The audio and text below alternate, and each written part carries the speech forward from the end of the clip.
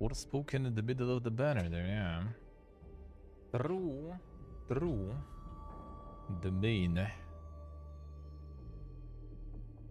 The frontliner there.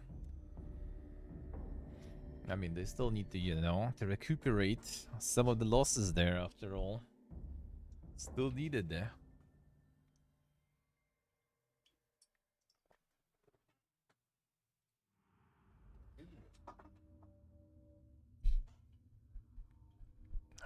$30 seconds. But why is it like Twitch integration so PP on this thing, eh? Like, come on, do them. Come on, do them. You need to restart it regularly. Need to look into it. There's like not a lot of information about it much. It's quite more of a new thing, eh? The troubleshoot stuff myself. I use like OBS commands work fine, as you can see with me going offline. But the chat stuff and everything is full PPG mode, eh? Alright, let's go. Let's see what is up then, eh? The Square Enix sale, yeah, look at this shit. So many games we have. Boom, Just Cause and Supreme Commander. The most popular Square Enix games. All you need, all you need. Or are even these available? I think it's just like the store pages with no price or something set there. I think so. Yeah, I think so. Oh, that is just nothing there, huh? Yeah. Can load information about Just Cause 4. Classic. But the funny part is like, and nothing of value was lost, so not even mad. The big ones who pulled the PPG stuff only said about Jedi Survivor, even though we'll see how it's gonna be in the end. Maybe they are not gonna deliver, but I like the first one, so I think the second one should be kind of decent too. I wouldn't mind playing, but yeah, I guess not. They said no and left. Alright, let's see. What else do we have this week?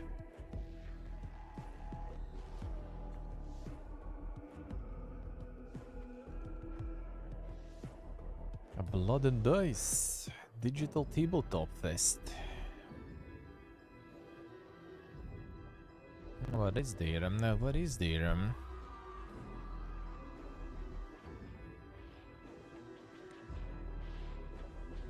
V-Rising.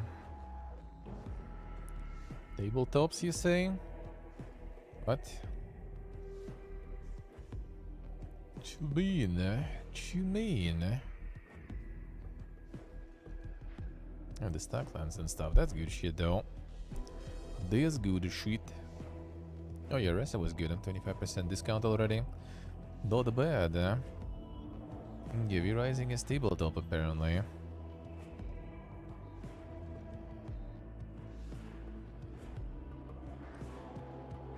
And build a table there, yeah. The Mars Horizon was actually kind of nice. The thing is, like, they had such a chunky demo that after playing, kind of like, I had already my share. I had enough. A Blood for the Blood God. Oh, damn son, they got like a whole category of Warhammer titles there. Nice. All the card games. This one's still coming soon.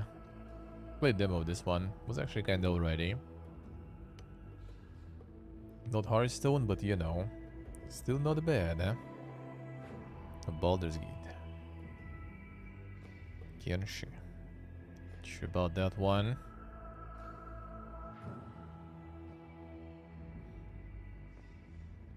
Not sure about that one. Oh, that's the Bolt God, actually.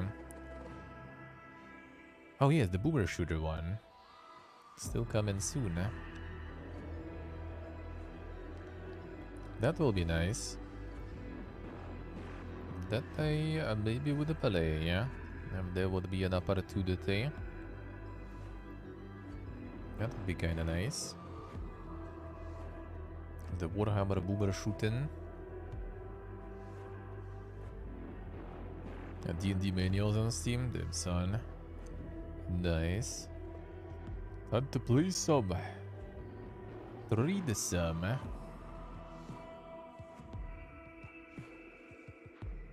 They have everything there. Steam got everything. Playable on Steam Deck. Alright, what else we have? Terra Invicta 25%. That's a good one too, huh? Stone Shard. The Battle Sector was really nice too. Alright, the lid is on sale.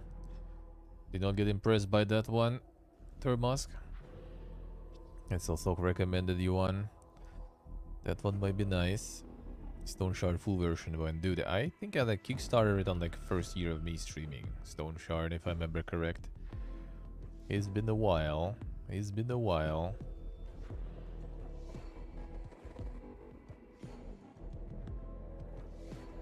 The Enix Cosmic Warfare. Who that be? Very positive. Looter shooter. Legendary Lost Artifact. SD Soccer. Action RPG Space Adventure. Open world space action RPG adventure can be played both alone and together. See below, let's see. Well, I mean, since then probably was a lot of updates.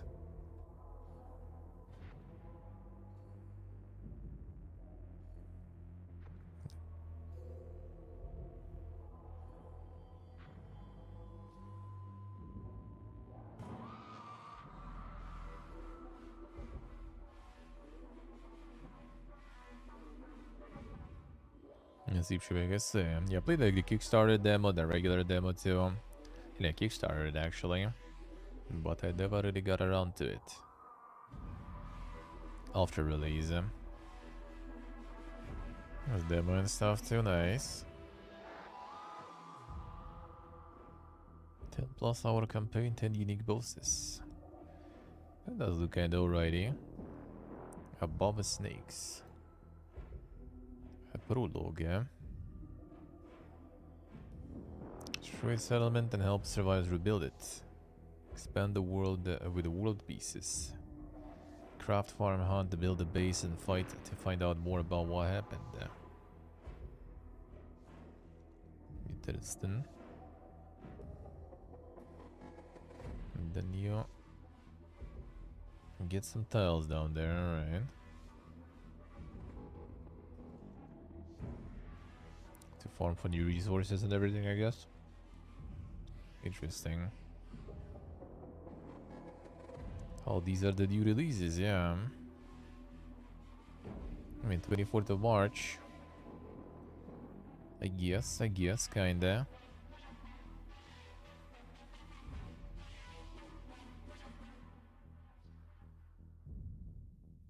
No, this one is new at least. And the Neonix was already out for a while in early access, I think. Now it's full release. Now it's full release. A Deflector. A Roguelite. Also probably out of early access. Isn't it? Full release update, alright, yes, it also was early access. supergg.com. Something publisher.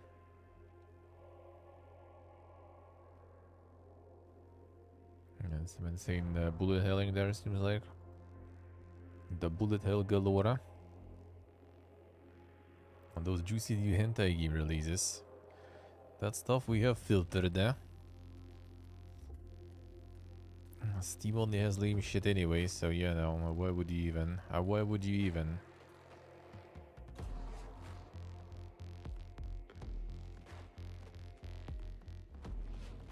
Why would you even? Perseus was nice actually. I did enjoy that one. Probably not something you're gonna be like playing for like thousands of hours, but still, checking like all the weapons and stuff must feel good. This one was sold last week. I guess it was like upcoming still. Now it's out.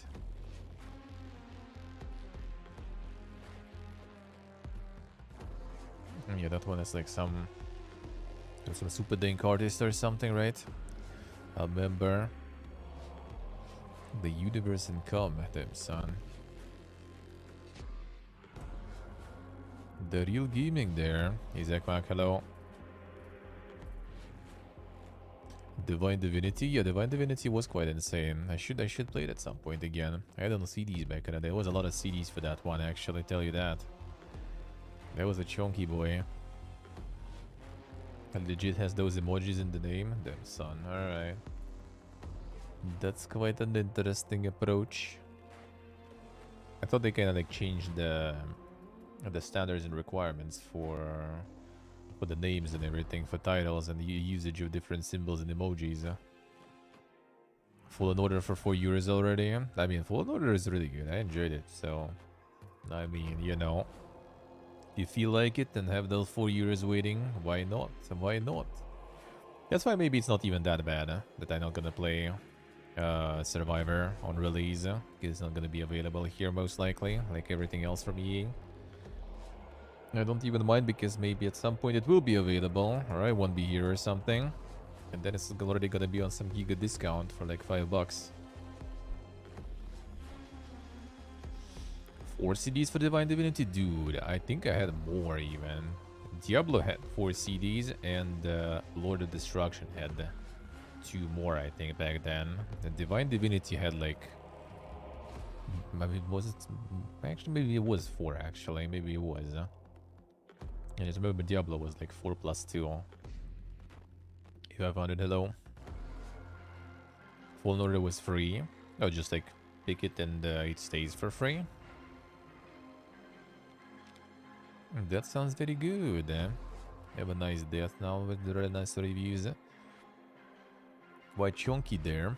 Quite chunky in terms of price.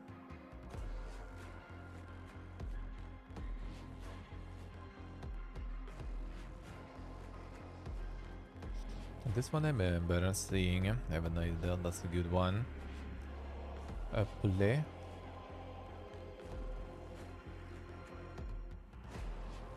Psychological horror. Very positive. Let's see, soccer, right? Let's see if she make. Yeah, mine should be. I think my mom already like threw everything as soon as I moved out.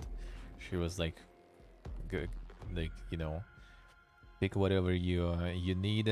Everything else is throwing away. And I think they ended up throwing away pretty much a bunch of stuff there. Let's see, so okay, see, because I lost my super original, the Pipiega translated, Pipiega localized pirate version of Fallout 2 back in the day, because that was the only version here. I had it there somewhere. I couldn't find it anymore, so I guess it's also was thrown out already. Rails to Azure. What kind of the Weeb series this one is? Is it also is it Trails series or is some other series? There's too many of them. I'm already lost among those. The Farragus, yeah, that was Farragus. There was Auction also, but Auction was kind of more of a meme shit. Haven't played that one. And the official translation arrived like 10 years after, I think, the release of the game. That was garbage.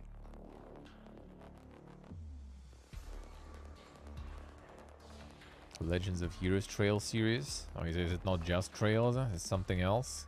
Damn son. Those weebs already like, you know, like figuring it all out. Like you need to keep in mind so many of these series and connections, like how much your RAM is taken by that information already at this point. I still think why I remember, like, you know, some of the formulas from like Ragnarok Online back in the day and stuff like this. So much useless information for me now. I imagine remembering every weeb series. Yeah, Stellar is still the new pack is still a mixed. Dude, imagine like having like the story pack that costs like a solid game. Like, what a time to be alive, dude, huh?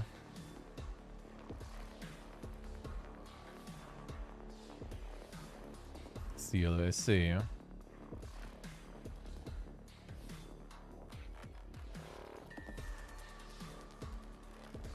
sì, no, che sì.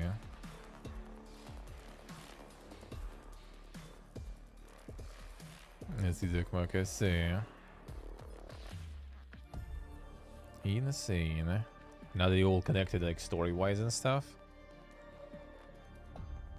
Keeping a full flat again. Dude, they sold like how much was it? Like 23 million copies or something? Like holy shit, dude. He's insane.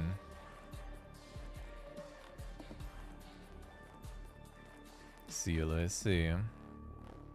Inquisitor Martyr again. And the Mulder's Gate going up, going up. Let's see, Doc. Alright. The Escape the Backrooms actually went that crazy. Like, what the fuck, dude? 12,000 reviews.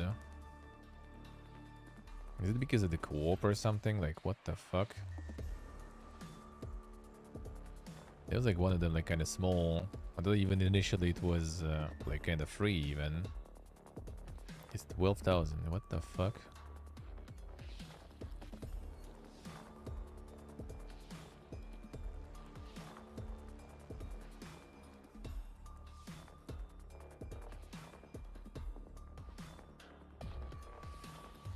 Best $10 ever spent on Steam. Very fun with friends, very lore accurate. Alright, so I guess yeah, it might be... It might be something like that, I guess. Alright.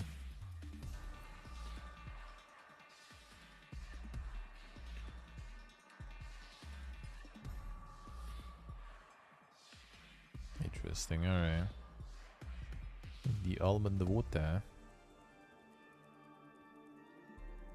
Stalkercraft again unpopular. This one's still going strong, not even mixed or something. That's a good sign for a game like this. Usually they all like live somewhere in the mixed zone.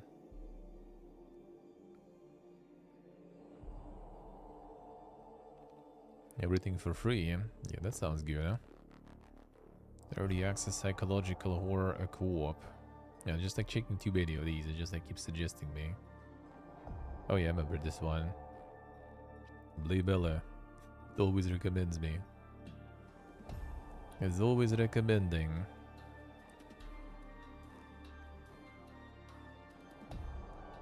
It's also co-op. Oh, so it's another attempt.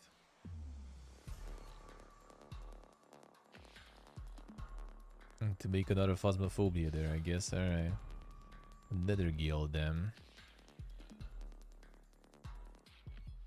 27th of March. David Nakurov. Turn-based tactical roguelite. Dungeon crawler. Command expeditions below the earth in desperate attempt to cure strange plague.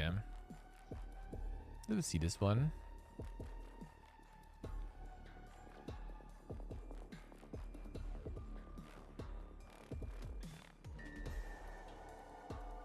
I turned the OG version into Game of the Year, I see. Not the EA window, which is weird. No, EA, like with the backlog, EA usually is like not too bad. Well, unless they like pull them from the store or something, like recently, right? But most of the time, like the discounts are huge and everything, so don't seem as greedy, you know, with something that is out for a while.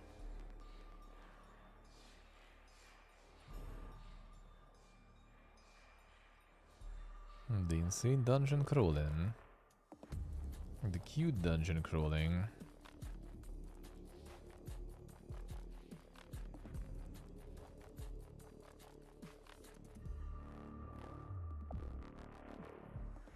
Stories from the Outbreak. Oh yeah, this one looked kinda interesting. Seen that too. 27th of March already.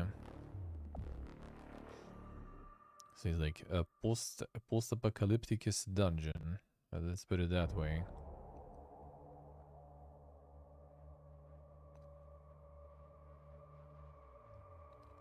Turn-based zombie roguelike RPG.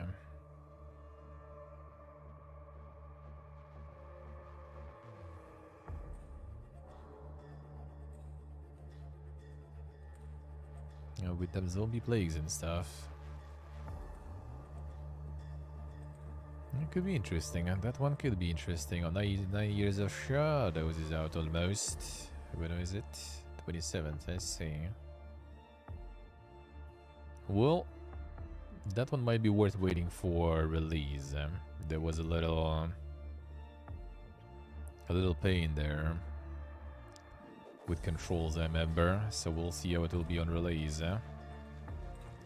We'll see how it will be on release. Really think music in this one. And visuals are pretty nice too. Might be nice, might be nice. And demo was good, but yeah, the controls had something, I remember, that was not very enjoyable. But we'll see. Very nice.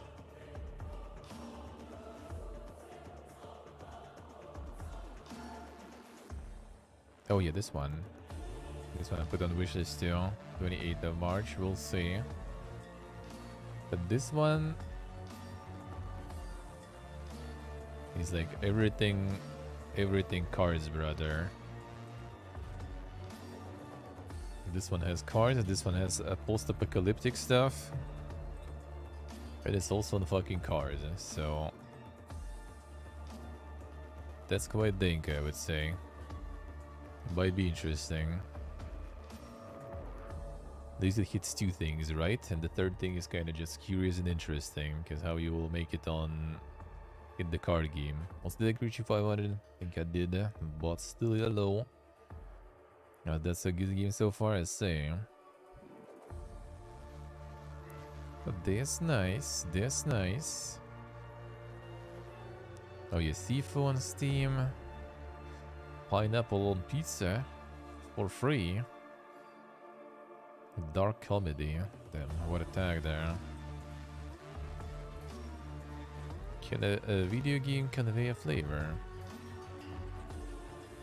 Oh, is it the dude? Yeah. That's the one with some dang games. He has like the YouTube channel or something also when he has like a game deving that. Yeah, pretty interesting. So he goes like with some free meme games, I guess. Alright.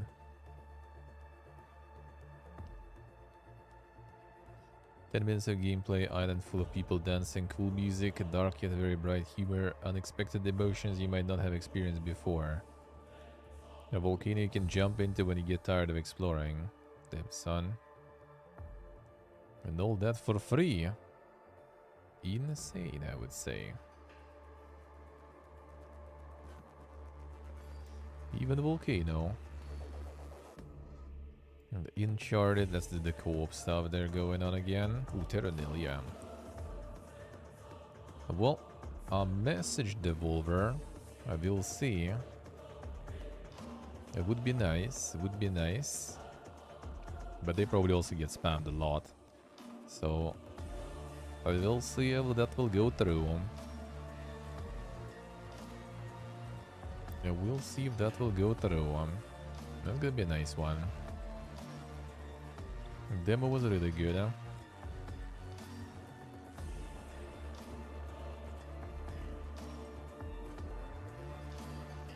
Oh, Terranil is very interesting. I guess demo will also be available still, so can recommend trying, seeing if it's something for you. Oh, real good game. Alright, let's get the exploration queue. Any hidden gems. Bara trauma. I mean, good, but seen. That one also is going ham. Is it like just because of the co-op or something? Like, it just goes crazy there. A Robocook. Yeah, I wonder how this one actually play. Because like from trailers, it seems like it's gonna be kinda weird. Because all this like janky movement of his in the game will be kinda weird. Yeah, I don't think it's gonna be the real shooter or something, so I'm not sure. I'm not sure.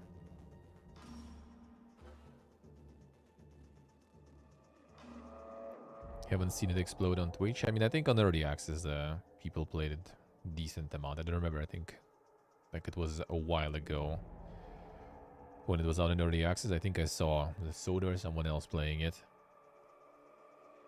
So yeah, like I think it kind of like maybe did some highlights, some spotlight, but yeah, it was like not on release, I guess. Alright, trail stuff. Miss Me. SpongeBob, alright, seen that before. Sands, what is this? Adventure, action, sci-fi, puzzle, horror, 3D. With mixed reviews, free to play. The Judd Get Red, that'll be interesting, yeah. So the just send, I see. I mean, it's called Sands, what else do you expect? What else do you expect? But if people put mixed on the furry game, is it broken or something? Well, yeah, seems like some bug galore there. A low effort walking simulator with some very boring puzzles. Throw it in for good measures. Visuals are just lazy. Yeah, this does look fine enough, but you think that in a game where you're surrounded by sand and riding a single rail cart, you occasionally encounter some broken down debris, you'd have the models for those limited number of things be highly detailed. I'll see.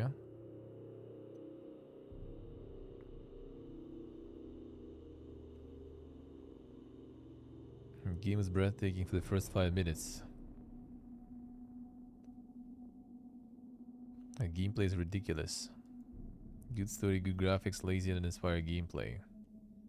Spend walking to something or sitting on your minecart. Alright, so it's kind of like people who expected walking simulator didn't get enough visuals. People who expected gameplay got enough visuals but didn't get any gameplay outside the walking simulator.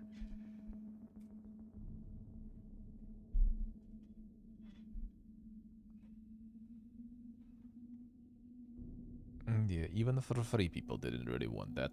That means it's not that crazy. One second. Let's keep this track is PP again. I get the better one.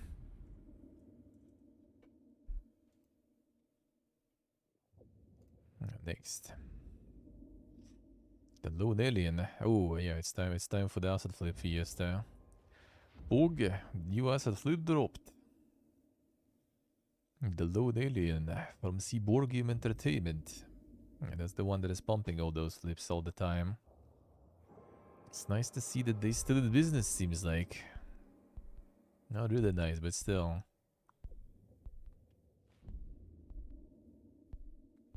There it is,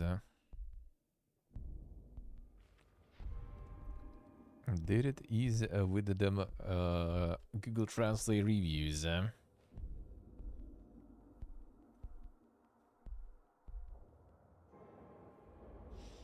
Himself recently began to suffer garbage in an RPG Maker. This game is made too in the same place. Made cool but lacks some humor from an alien, I guess. I don't even know what they use to translate this shit. I think Google Translate can't even like translate it that bad nowadays, I think it's already way better than this shit. Like, why can't they properly translate that stuff?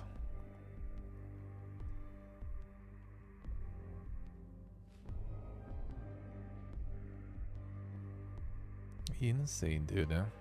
Oh yeah, the whole bundle you can buy. Damn, son. 14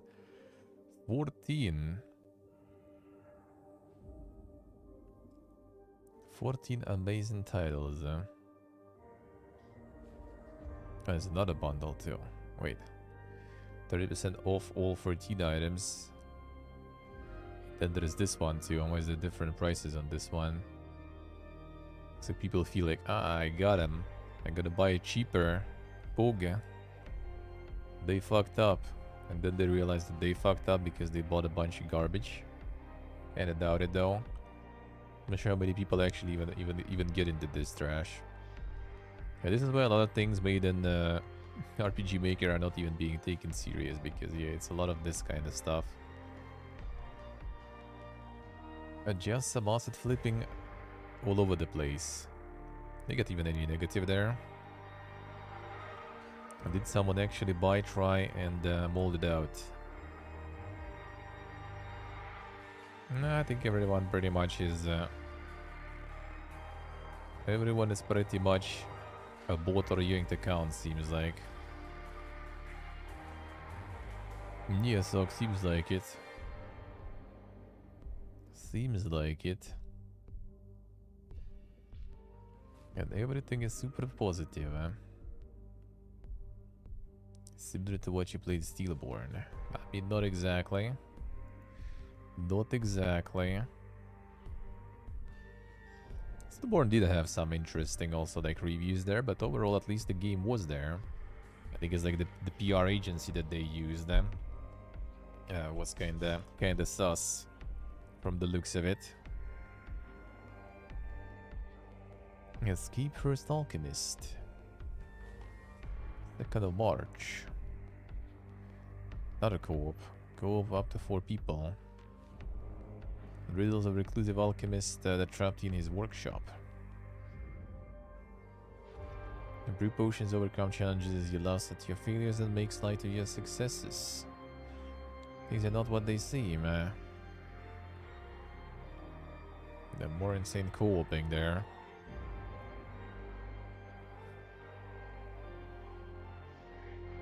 There's a demo and stuff too.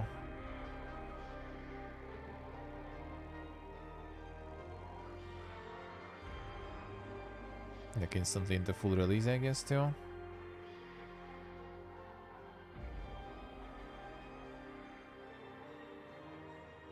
And the escape room is a great game with friends. Solo under 2 hours. Enjoyable. Quite fun for 2 hours. Graphics pretty neat, but considering $15 for 2 hours of gameplay, would not recommend the experience. So I guess this is where like the co-op part actually kinda works for them, even if it's short.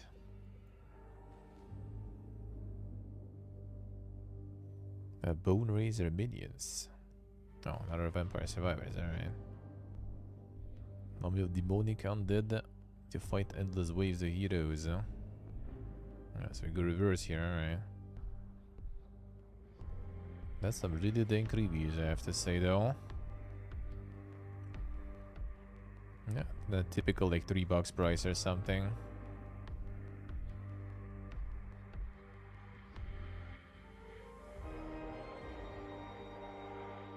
Fully released with new game mode.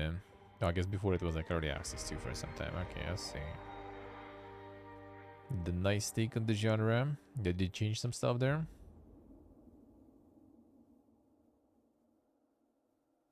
The gothic horror auto battle roguelite. The bones of slain heroes to raise your minions. With powerful relics and spells and unlock meta upgrades.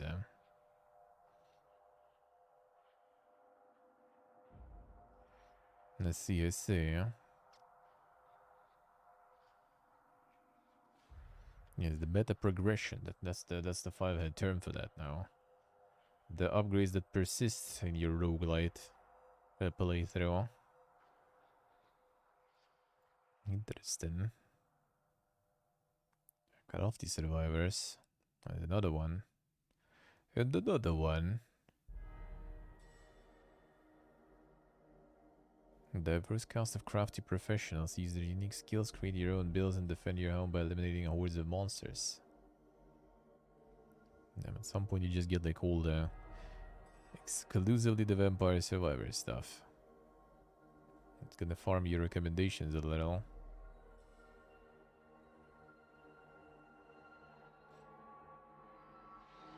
I think got the insane Gamba animations there.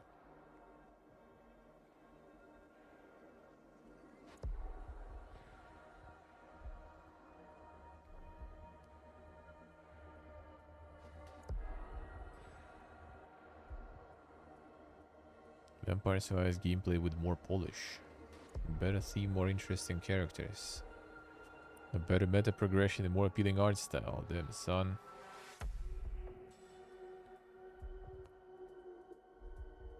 Shots fired.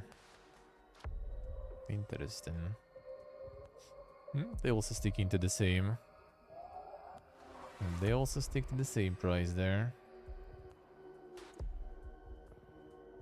Project Apocalypse. Post-apocalyptic city in Project Apocalypse. Survivors needs gather resources, trade items to help them stay alive. That's some very low poly stuff.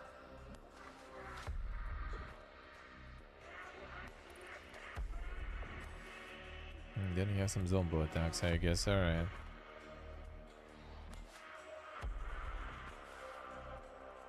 Well, I mean, the style might be not for everyone, not up to everyone's taste, I guess.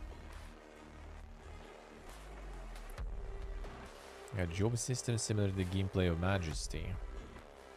That's an interesting one. Low poly graphics with stylized cube-based aesthetic. It's one way to name it.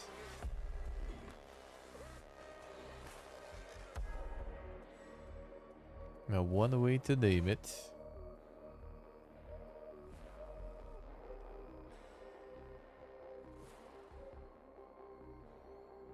A game is not finished. The cube, like, yeah. Oh yeah, it's not even early access. I guess now it kinda is, but yeah, I guess it was in early access for some time. And these are not early access reviews already. So I guess it's still... it's still in a little unfinished mode there. Yeah, with some roadmap and stuff, alright. The cube, like, yeah.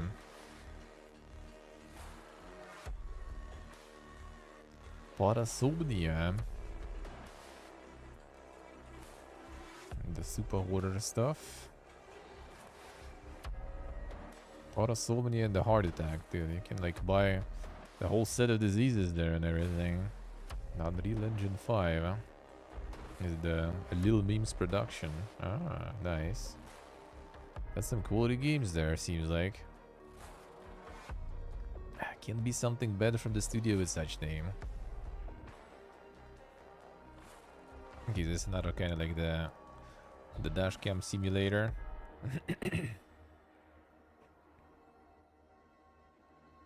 Yeah, it looks very dashcam though, that's for sure. Wait, in 2019, damn, that was good times. The footage from 2019, those are some good times.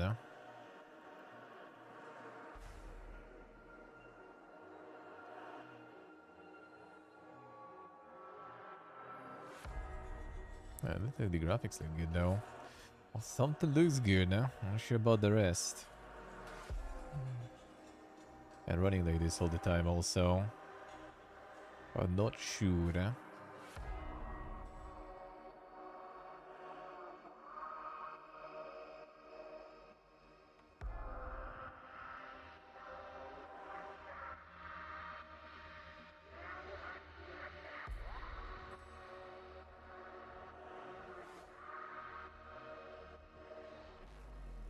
See some more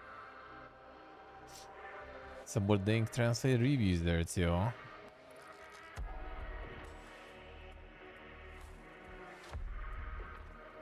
Terrible game. Think it would be more pleasant to play with friends. Positive review. It's a little more elaborate, I guess. Flipping this time, maybe. A little more elaborate. A Little Memes production. Yeah, they had the heart attack too. The heart attack is with 1 month difference actually.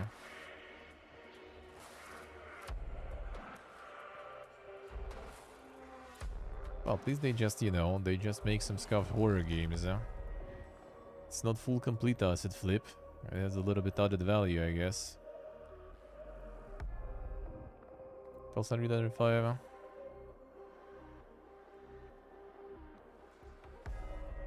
This one was still the fourth one.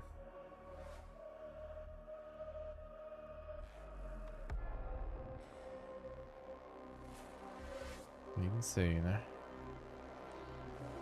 And this one got in terms of reviews.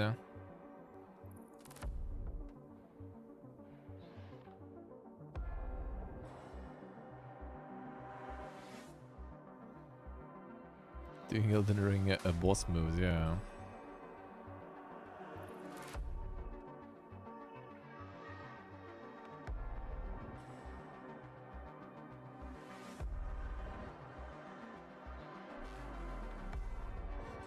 This one kind of has at least like somewhat plausible reviews there, I guess.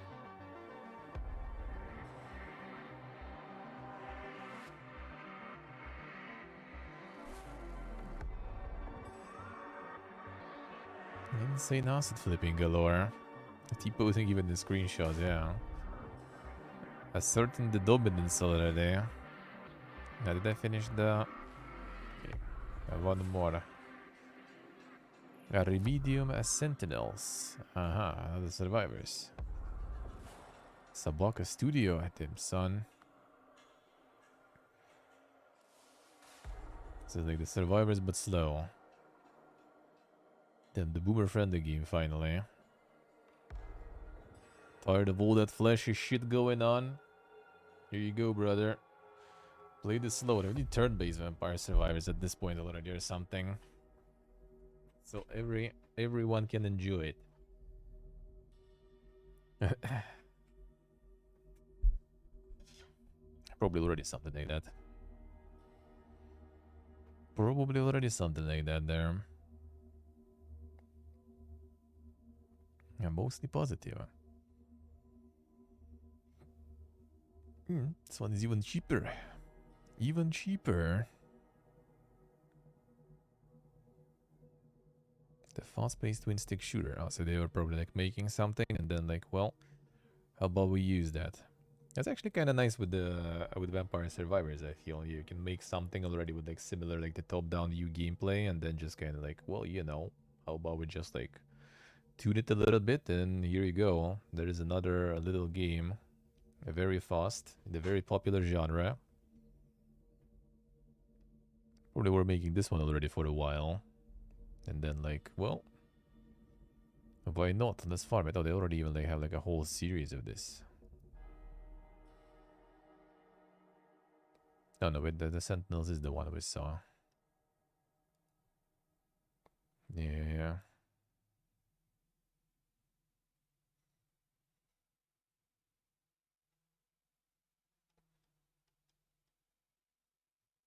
Survivor like auto clicker, yeah.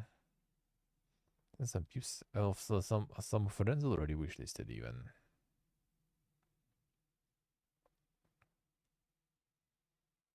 That's kind of a little different to their Vampire Survivors like though. But still, I guess kinda similar, just a different character, I guess. Yeah, next playlist.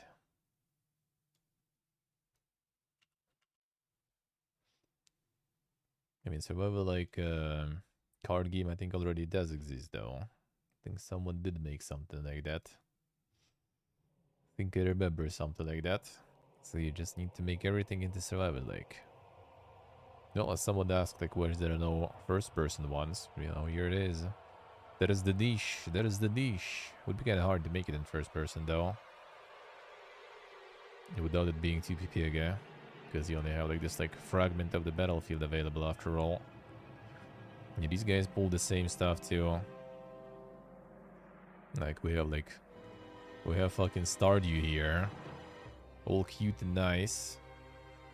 And you know, well we do have this engine and everything. Let's pump the side game.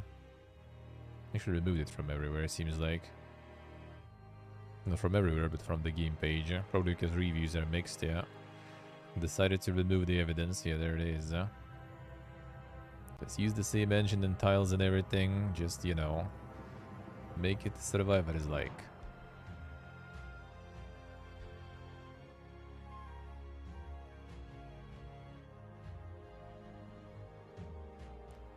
Combines roguelike and farm sim gameplay. Also, they even like they even left some of the farming parts in there. Insane.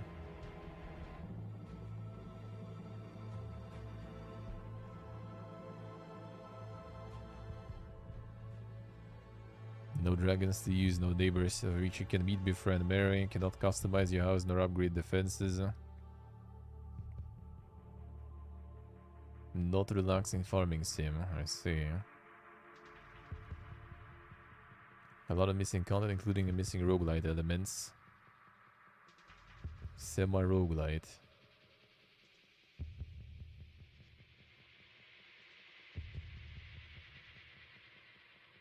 Damn son, they managed to...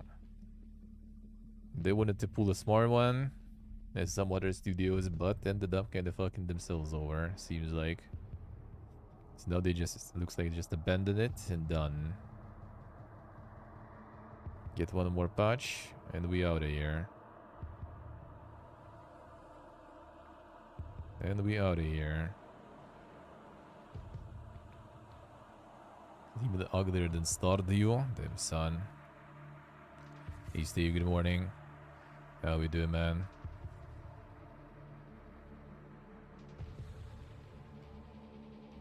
That's some old time zone Steve there. What is this? What is this? Yeah, let's check out his stores. What you doing? Nice, nice. How was it? How was it? Do you like it? You like it?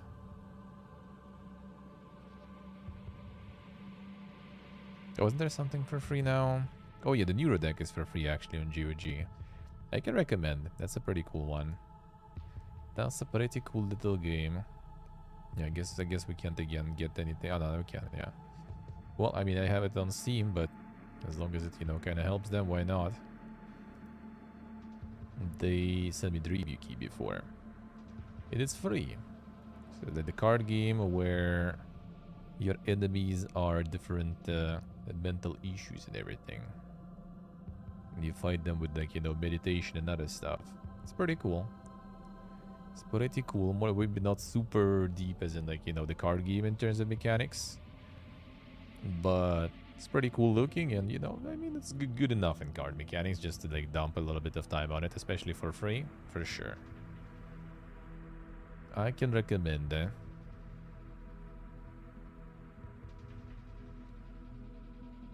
Yes, Steve, I see.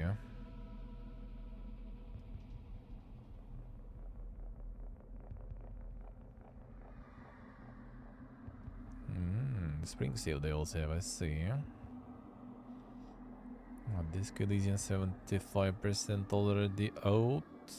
Off. Yeah, Beat Puppet. Medieval and eBay is on sale too.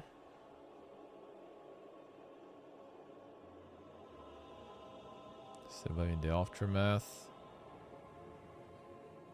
A Fear for $1.5, not bad. Shadow Tactics, well, that one was for free quite decent amount of times, but not sure if it'll be for free anytime soon after that, so I mean, $4 seems kinda okay.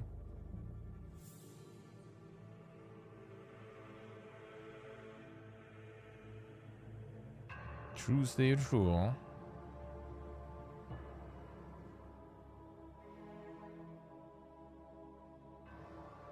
That they could,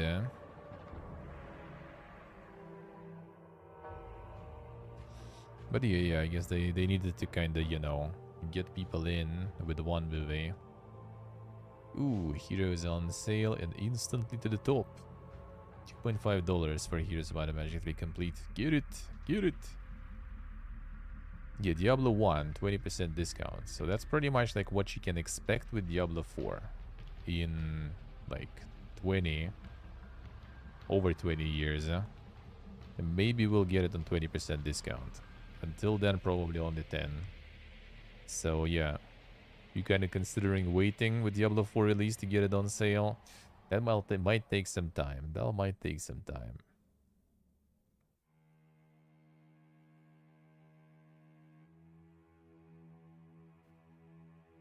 A Blood Orbit Legacy of Cain. 80 cents, dude.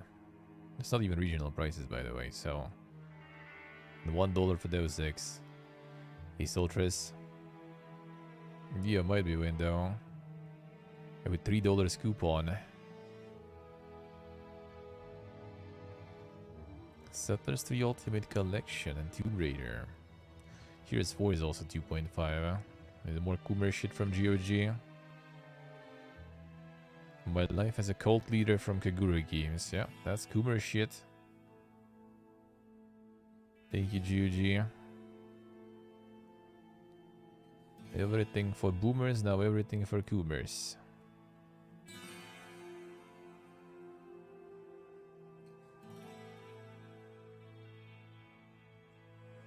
And the play bequest.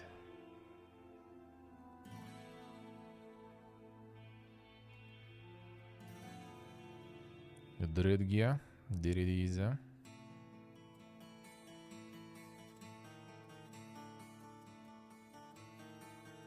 Dips, okay, see. And what about the testing, the adaptation? Is it through to the regional? Is it still coomable?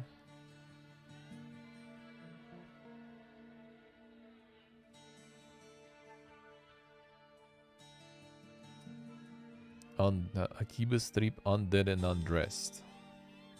Insane, brother. Insane. GOG down bad. Fine. Let's see another one. I get to a news.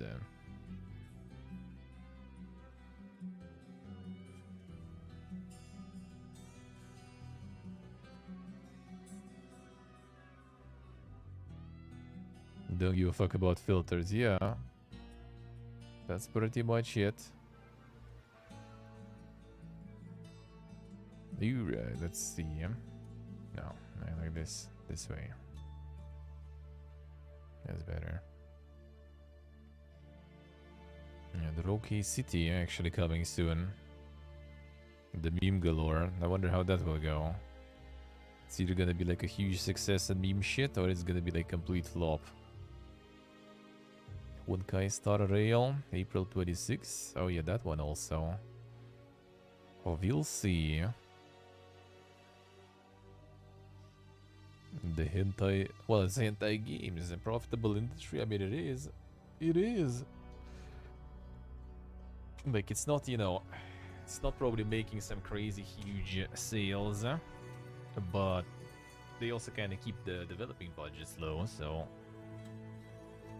And a lot of like independent developers, I think they're not even making money out of releasing their stuff. They're making money out of making stuff from Patreons and everything, so.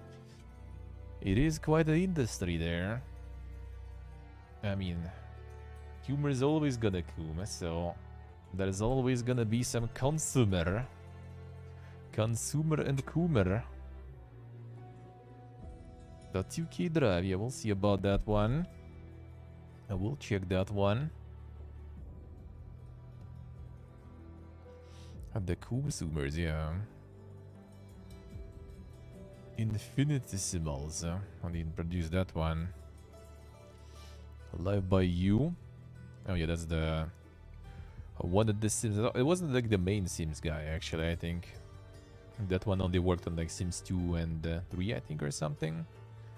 It's not the Sims guy, but still. Still Paradox is making their own Sims, with their own DLCs for it. I wonder who will win. Who will win? I think EA probably. Sims is already established brand. Considering the audience of Sims, I think that is important. And it's probably gonna be like, you know, more targeted at us, I guess. Let's put it that way. And more exquisite gamers. Then Sims is more for like, you know, the Normans. So not sure who's gonna be doing better. I think Normans are more profitable there. I guess this one has more, like, more things you can do. And the real conversations, damn son. And Chat GPT.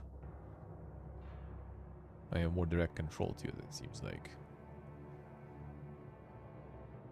Control anyone, anytime. Ah. The alter. The direct control. Alright, so I guess that they still kind of go for a little different audience too. So like simulating not just like, you know, one character, but kind of like simulating a whole bunch of stuff. What's the end game, I wonder? Most moddable and open life simulation games, So like the full sandbox stuff. You just kind of simulate all the stuff you want. Yeah, it might be kind of nice, but I don't know. I kind of more into the a little more directed experiences. Yeah, a bunch of creators of everything, gameplay creator even. Damn son, who needs a game? Just make everything yourself.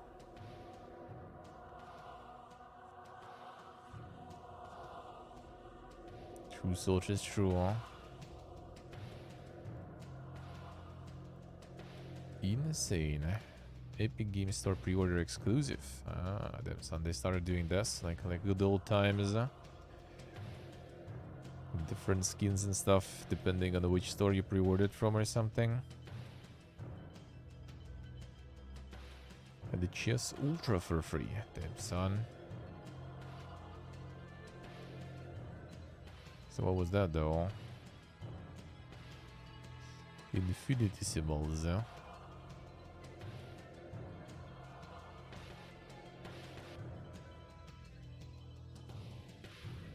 His crew, minuscule aliens, arrive on mysterious unknown planet. Plus, it's kind of like more grounded at home.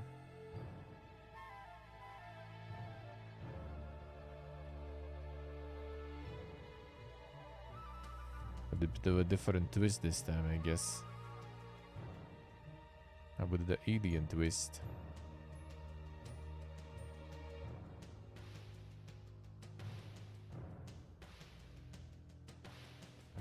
Got like good weapons and stuff though. And there is one on Steam. Oh, what was the name of that one? That was supposed to be out like very soon. Maybe it was already out. And it farmed some interesting reviews. And that's why we haven't seen it. I think it was supposed to be out like very soon. Or maybe already. That was kind of like grounded at home too.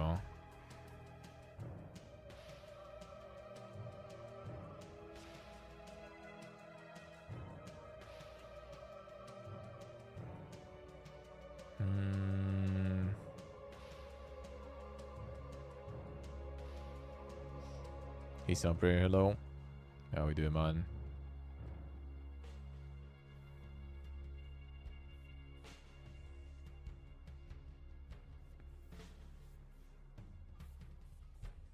Maybe I'm wrong though. Maybe it's not out yet.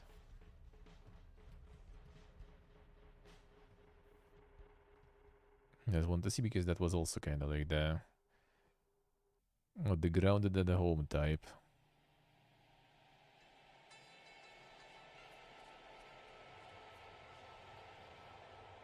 Doesn't seem like it.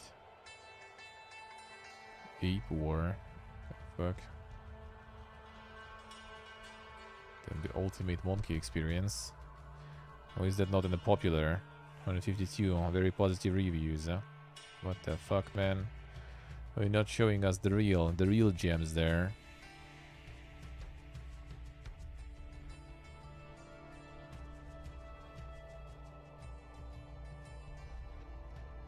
Yes, these are very say true. True.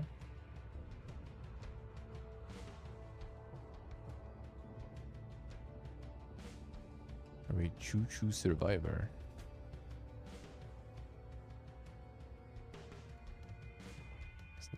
The train survivors now. Drive your train and get the safety while shooting down increasing hordes of zombies. Damn son. What a time to be alive.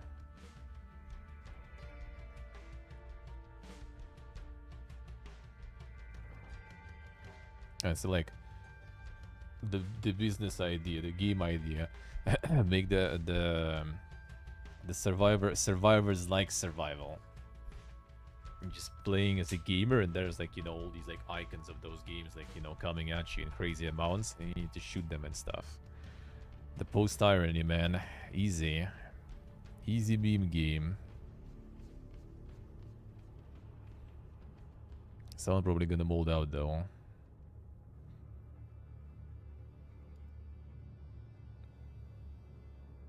This one didn't really get that much of reviews and stuff. Yeah, the prologue is out.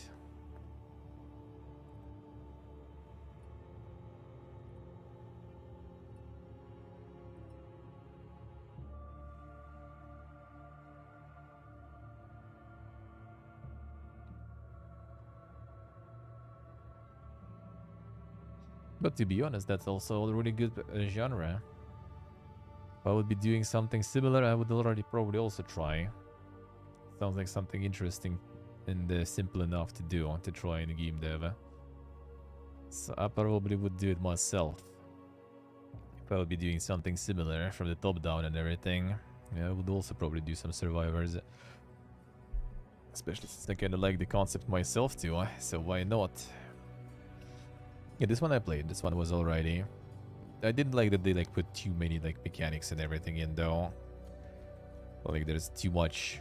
Like it starts kind of okay with just, you know, blasting shit, and then it starts like, you know, oh, you have like, you need to do the execution, then you need to do the kick, and that kind of works still. But then it goes further than that. Now you have also like, you know, the shield enemies, so you need to first grapple them to remove the shield, which you also need a channel for a bit for that shield to be removed, and only then you can deal damage to them. Like, bro, I just want blasting things.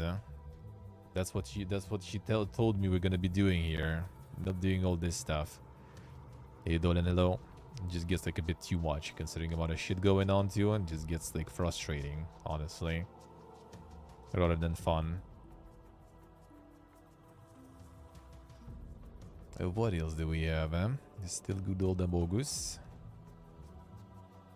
Always the Amogus. A case of the Golden Idol, No, Gripper is gonna be 29th of March. Let's see. That was alrighty.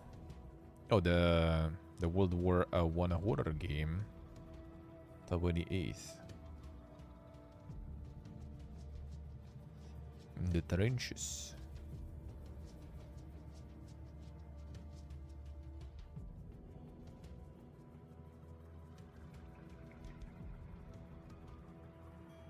Nice, nice. Back to work. Why would you do that? Sunday. Just relax. Forehead, cheese available, alright. Red full hands on. The Morbius arrives in Marvel's Midnight Suns. It's Morbin time. I wonder if they played around those memes. A bit late for that already, but you know, still. A World of Warships DLC.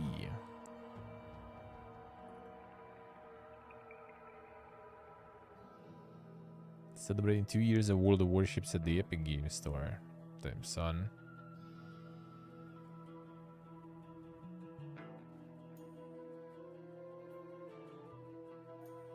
Dead Island 2. Oh yeah, the Godot available. That was interesting. That was interesting. Now let's check the Steam DB real quick. Actually, let me see. Well, yeah, we can check Steam DB real quick too, I think. What's upcoming? What's interesting?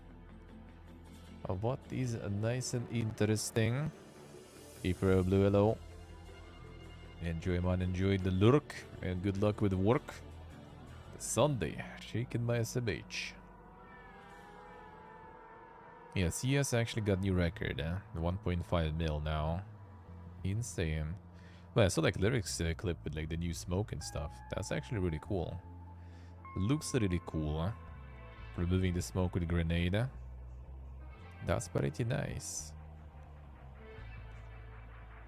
That is pretty nice. But Apex actually pumping on Steam. It's been interesting to see their numbers, like pre-Steam and post-Steam. How much of a boost they got there. There's like more people just moving. Everybody farming access for CS2, yeah. Man, Lost Ark like fell off, like holy shit, dude. That was like still like 100,000 or something, right? Last week we saw. Brother, rip.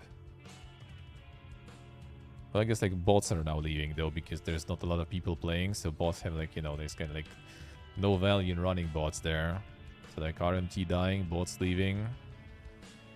So soon it's just gonna be actual players, mostly. Insane.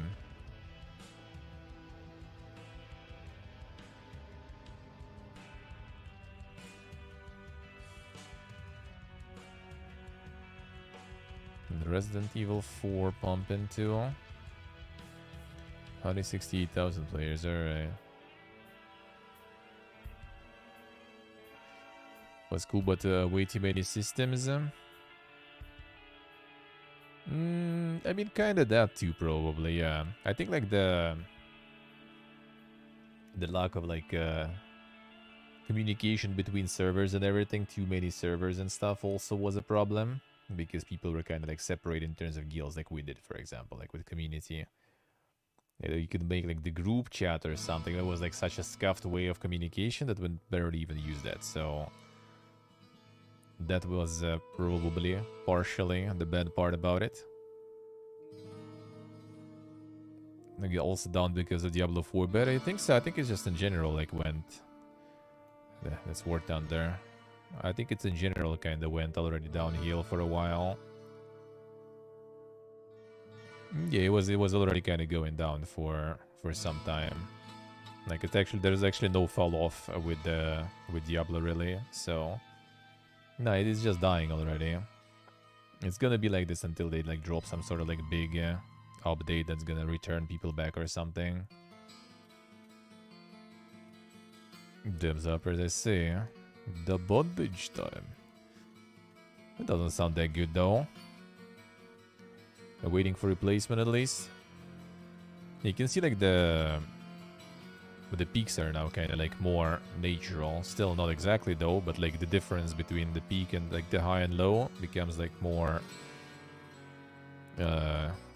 distinct, you know. So that means like the boss are slowly like piecing out.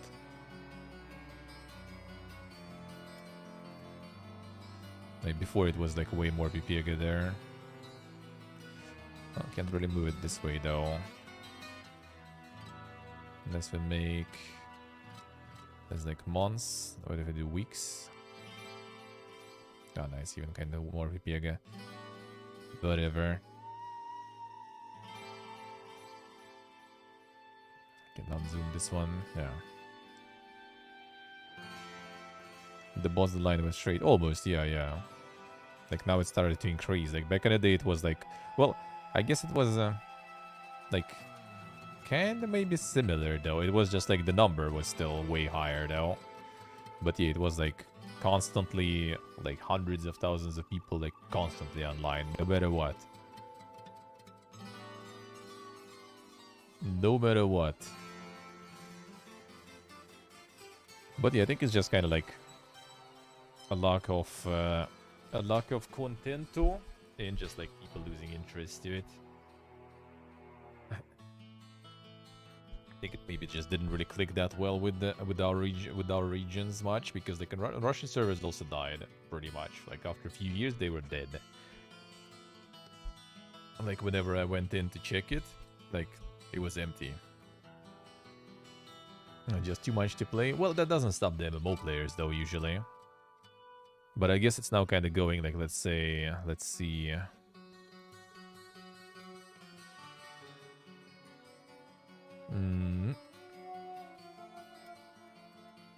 How's that going?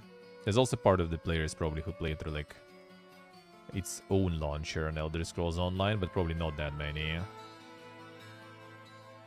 Yeah, these like this difference already kind of looks also kind of more natural, I guess, right? From between Lost Ark, there's constantly obviously some online, but that's because, you know, different time zones, so there's constantly some people playing.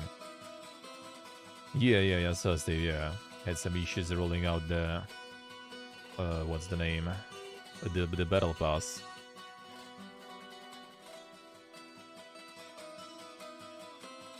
That's these uppers, I see. All right.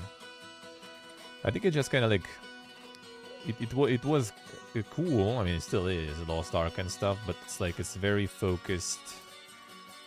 Not even like in the microtransaction sense and stuff. Like you can, you know, whale out super hard, but the problem is like there is a lot of requirements towards like skill and team.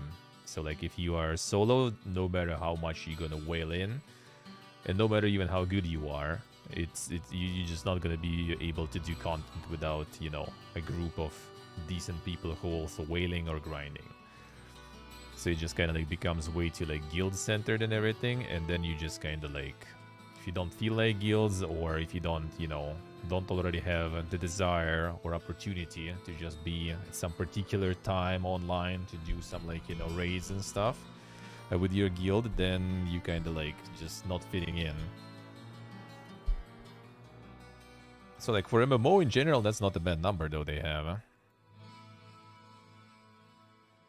Still not a bad number they have, I would say. Well, Final Fantasy XIV has way more people on their own launcher too, though. But yeah, that's like, for Lost Ark, that's not bad. So like, without some like loud new big updates dropping, these are kind of nice numbers for an MMO, I would say still. So that's not too bad, actually, if you think about it.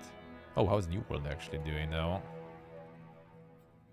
The New World also got in line with other MMOs there. As these do, I see. Yeah, pretty much, actually. Pretty much kind of the same with others.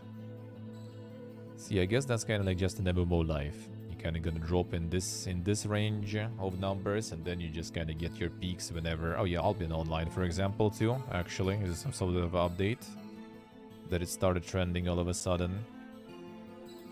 And yeah, this one is going ham. The all-time peak 23 hours ago. Yep, that sounds like some update, probably.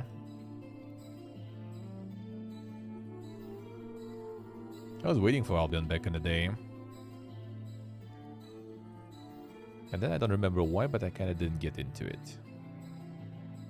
Nikaka's like with price or something. Like, was something I was like, you know what? Fuck that shit. Starter bundle offer. Albion East, our new server. Ah, I see. I see window, alright. I got new starter bundle, new servers. But yeah, back then I was kind of hoping it will be good and I'm gonna play it, but then it was kind of out, and yeah, I was just not really into it anymore. I think they like did something with regional pricing or something that like a lot of MMOs did back in the day, and that actually all worked good for me. First it was Tree of Savior. Oh yeah, Tree of Savior, true.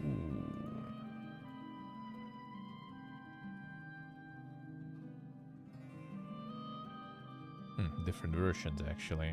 Yeah, this is not how the good MMO looks though. That's not how it looks.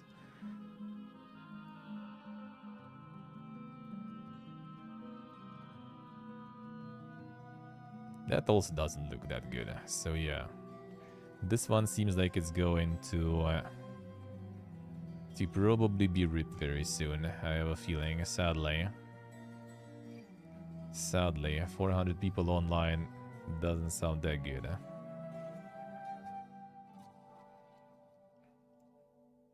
And that probably already goes for a while too. Hey Zodiac. Yeah, well actually it's still kind of loud. Like from what I heard, I think there was some people still like wailing very hard.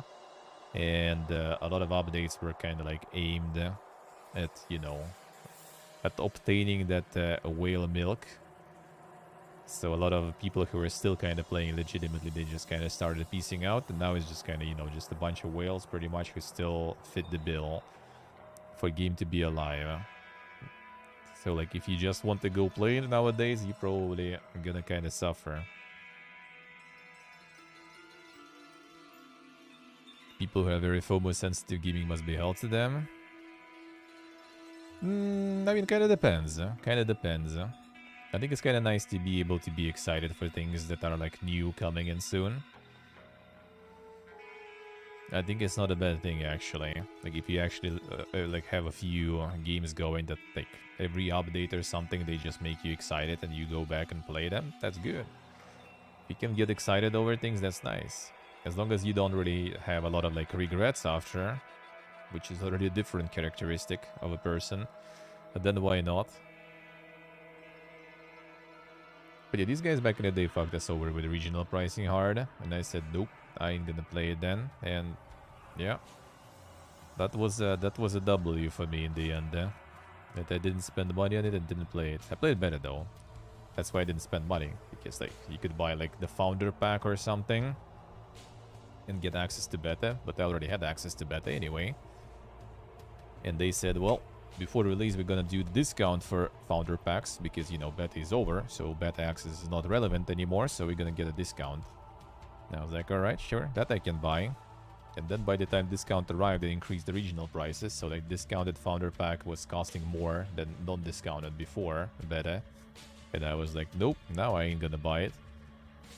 And I didn't. And that was probably good. Even though that was actually like giving me, well, one of the two probably games that that were giving me like Ragnarok Online vibes, kind of, probably because like a bunch of artists and stuff worked on this game who worked on Ragnarok Online. Another one was Royal Quest.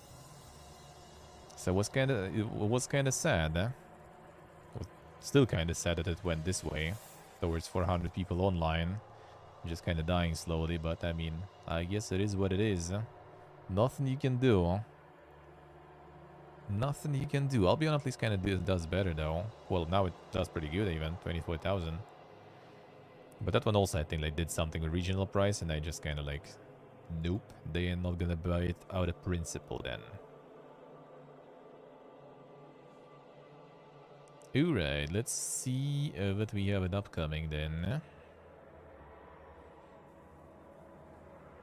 Naive really. I don't even know what you I can't even know probably what you do with that naivete. Lost Ark still alive? Yep, still going. I mean, just kind of like slowly going in line with like Elder Scrolls, a New World, Final Fantasy. Kind of like gonna go. Well, it's still higher than those in online by a lot. But probably kind of the trend is towards those, I would say.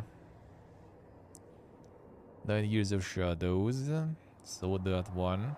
That one I might check, maybe, we'll see. Succubus Hellish Orgy. Come on the bus. It's an interesting name, alright. That's an interesting name.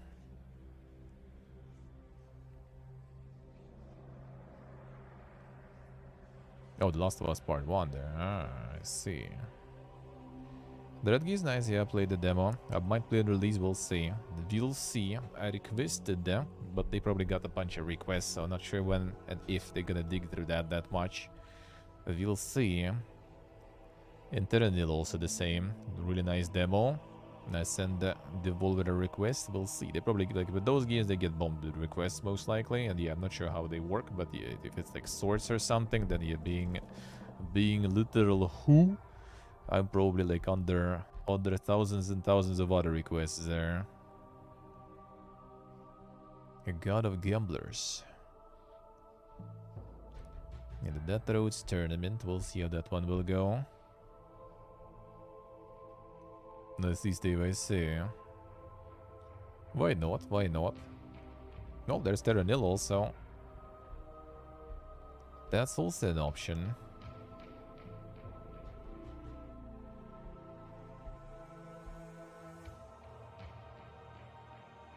That is always an option too, huh? A Gripper, Small Land. Oh yeah, Raidborn. Raidborn I'm gonna play. Raidborn, I gonna check next week. That's the one I played the demo. It's the one I played the demo during Next Fest, or before Next Fest even. Dev sent me, and now he sent me the release, so we'll check it out. We'll check it out. The dungeon crawling thingy. That was good, huh? And I had some issues with combat. We'll see. We'll see if any change there, how it plays now. In the full version. Mobilization the game. Nah, bruh. Enough of that IRL, brother. Yeah, here is the red gear. A Ravenbound was also some nice stuff, right? And what was that? What was that?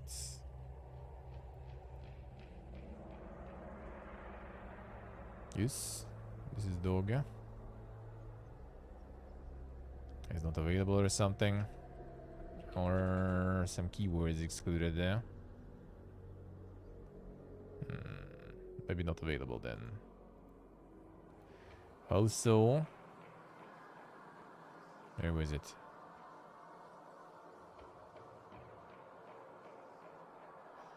Oh, is the... Nah, I saw it before. Did I?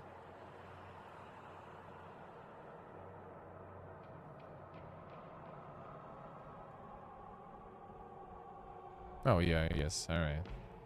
See how it is. Classic. Classic. Yeah, full of Avalon, I might check. That one looks like the janky. Some Eurojank RPG Fiesta. That might happen. They already contacted me about it before. I was the one of the companies who wanted to do the sponsor stream, but you know, live in the glorious place, so we couldn't arrange that. But I might just get the key to play it. Maybe we'll see.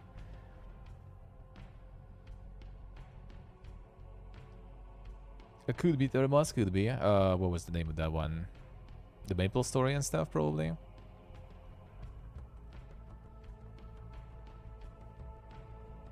Yeah, the Last Worker. That one will be odd. Yeah, that's the one that they announced. Then that's not a lot of like followers and stuff on this one. I thought that will be a little more hyped. This is like the kind of like point and click exploration game, sorta. Actually, not sure about point and click. Maybe you actually can move in this one, walking sim or something. It's also 3D. All right. Could be, could be. But the red key was really nice. The demo was really good. Cursed Ponsu. That's a lot of people. -4 followers though in trend. Then people piecing out. Dragon Saga. Alright, I see. Sex-loving family. Forbidden Dojo. Then that's like some Coomer Day there. A lot of Coomer games, and they actually have like some followers on them, not just some like random asset flip stuff. Ah, Draconica, I see, alright. Oh, the Alta 4-2 also on 30th.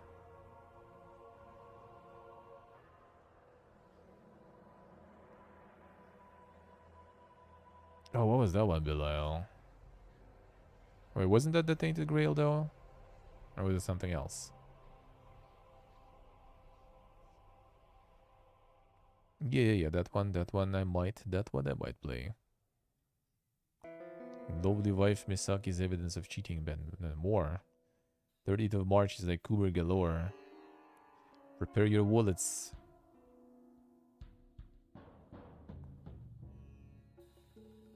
All the Coomer stuff.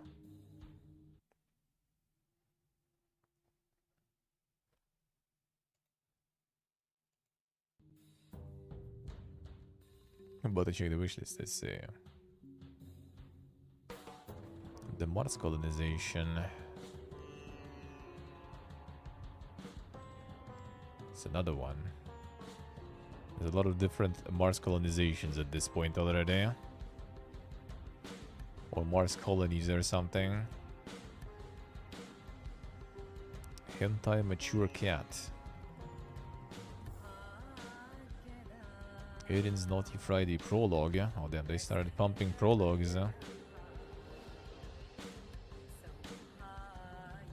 Uber is attacking, man. Dev Soccer. Yeah, the Robocock there. Shurime, the Curse of a Bot Eye. Interesting. The sixth gym. Like, I guess they were kind of actually right that, you know, like in spring and everything, like people who are mental having some moments when it becomes intensified. And Kummer's, I guess, also getting intensified there. The sex simulator. Sex gym. Sexy memory puzzle.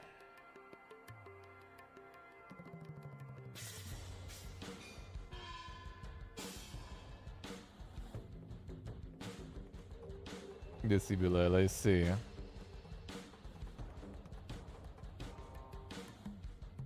Yeah, killed the Bastrenia here. In spring and autumn usually it happens. No quality control whatsoever. I mean, who needs that? Who needs that? The Monster Girl 1000.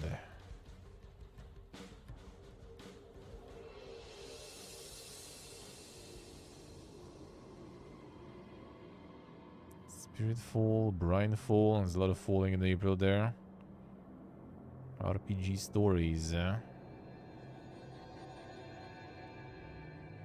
Simulator of escape from Voyankamat, damn son. Escaping from the conscription. Let's go. Yeah, that's where the green light was. Steam green light. I mean, it's not like, you know, they're gonna do anything about it. Like those that are kinda not doing it, they just kinda, you know, fall into oblivion. No one really cares about them. Yeah, the Steam gets $100 per each added game, so yeah, no. Easy business, man.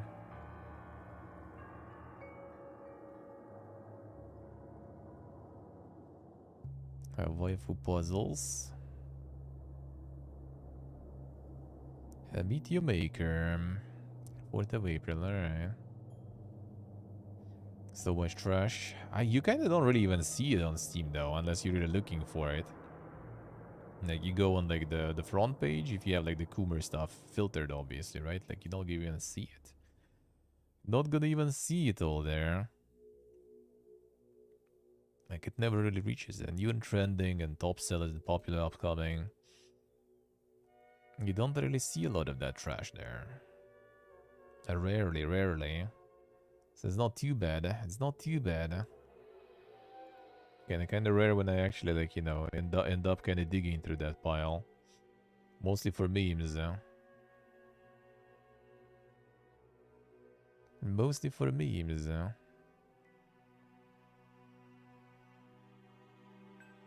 Wall World, Necrocity. Grimgrad. Wojak wants hentai, damn son. I don't know if it's even like worth it, like doing that stuff at the they pay like $100 to even make it back with all those memes, not to mention your time.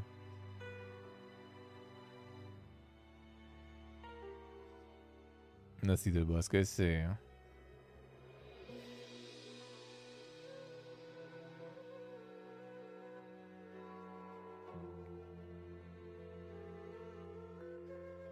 Yeah, Supply is gonna be out in April. I played the demo. Wasn't bad, but like I don't know, it kind of didn't really click with me that much. It's kind of like the boomer shooter, but it was like a little too long of a one level. Like felt a bit too stretched out too much.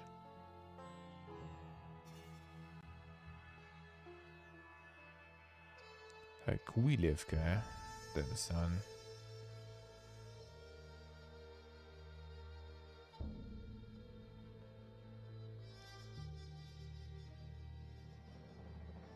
What else we have there? My MILF stepmom, damn son. A lot of followers in that one. The Cougars are ready. Street Fighter 0. Another Cougar wave there. Another Cougar wave.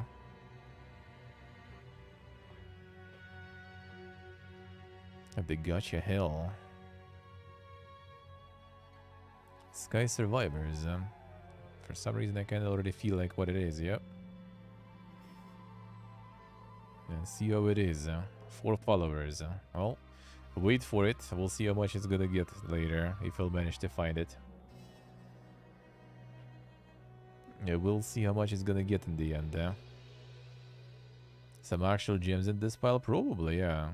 It's kind of hard to like browse everything, especially you never know when it's gonna be some cooler stuff that you're gonna click.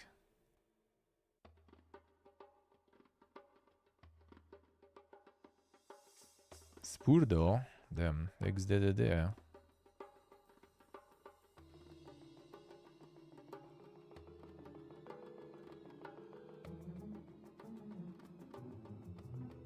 Hypermarket Tycoon Manager. See, maybe some hidden gem there. Coal mining simulator. Oh damn, the Playway delivering again. It's GDevs. GDevs is actually also them though. That's another joint collaboration thing of them. There's already whole chains of companies there. You also kind of having a hard time to figure it out sometimes, but usually you can. They sometimes like interlink, you know, games of each other, or they are like both companies and the publisher of some one game, so you can make connections. Goblin and coins. 2, by the way. Yeah, there must easily. There could be. Flooded. What is this? Here's some like survival stuff there. It's not super small. It's some followers. I think like followers and wishlisted is like wishlist is probably like maybe 10 times more than followers, I have a feeling.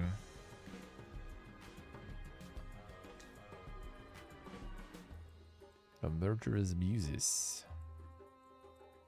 A lost in the outer reaches. Here's some dang survival for you there. 34 follows there. The bear skull for free. Total Warhammer, the Forge of the Chaos Wars. That one doesn't even have... Well, I guess you can follow DLC or something. Number 69 in top sellers. Poog.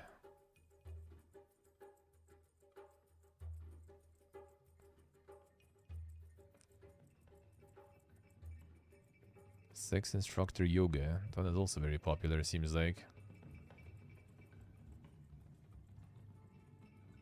Seems like. And Hentai Ayume. Commission some ladybugs. Dude, this guy still keeps commissioning stuff there.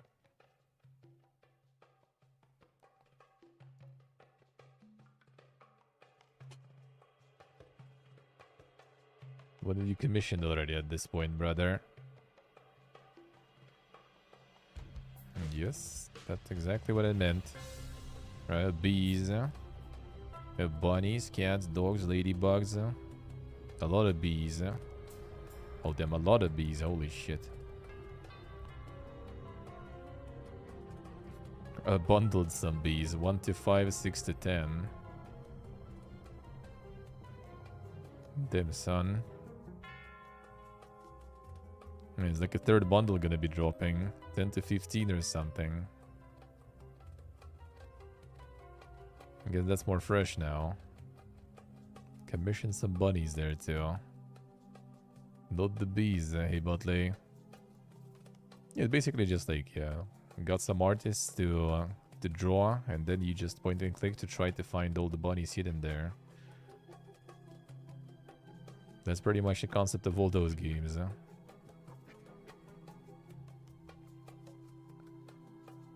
pays 100 for anyone. Well, I mean, he also commissioned them.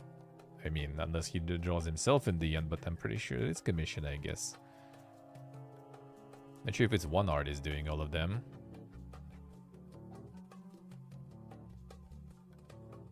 It's like 15 pictures in for one game. Don't know how much would what can one cost. Yeah, there's the free entrance. There's like your gateway drug there. The zero there. I'll commission some dogs coming soon. Pug, commission some cats. Already released. Cats already released even. Oh yeah, cats was the popular one, I think. Actually not, wait. Which one? Oh, cats was the big one. There was like one that went kind of big.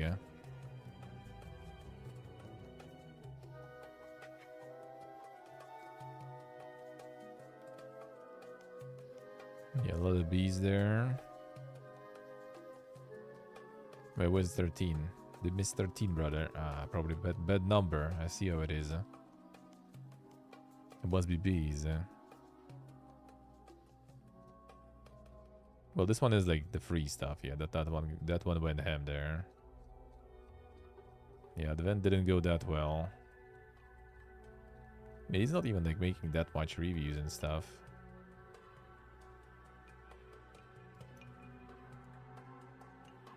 But they keep pumping. The recent one's already getting some more. Oh, the very first one was also kind of okay, I guess. But then it became for more dedicated people, probably.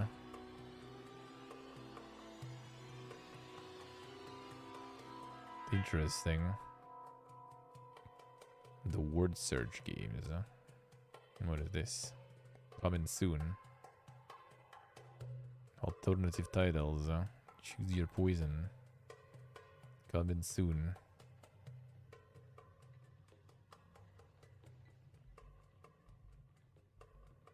It's kind of interesting, though.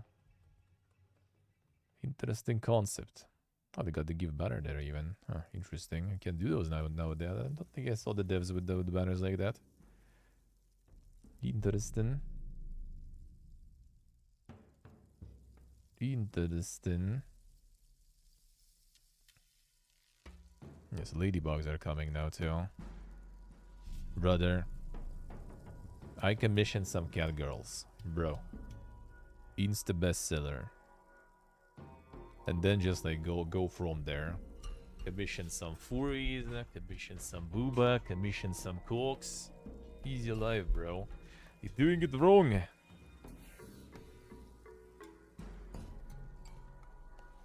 You're doing it wrong. Harvest Island, feed true. I get all the fetishes there, commission them all. That might actually take money and effort. Think so? Easy, bruh. Think it's gonna be harder to commission that? I guess the demands of those artists are higher, though. Maybe. Well, I mean, you can also, I guess, load some AI, but you also need to hide those kind of smart in there. So that requires a little effort there. I mean, considering the amount of games he made already, maybe it's time to to start working on that AI for that. To make arts and hide some items on those that are relevant, kinda.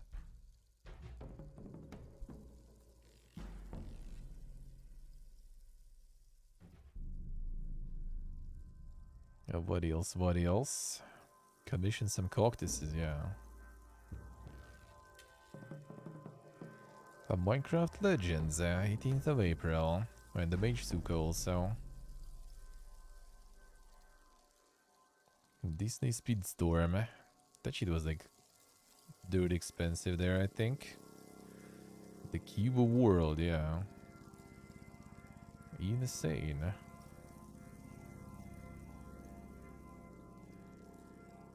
Time to learn to play Ado. Good luck, man. Ado is nice. Ado is very nice. Probably Zebra, probably. That's like the very art heavy stuff then. That I can't. We still need to get to the part to learn that art a little bit. Gonna be time for me to suffer way more probably than with anything else before. Survival Fountain of Youth. What? Oh yeah, I remember now. Okay, yeah, I remember. This is like the Victorian era survival. With some muskets and everything. So this last week. A medieval VR. I'm surprised this one is not like pumping that hard. I guess they didn't really yet promote it much. Dude, that's probably like rip your like everything. Playing this in VR.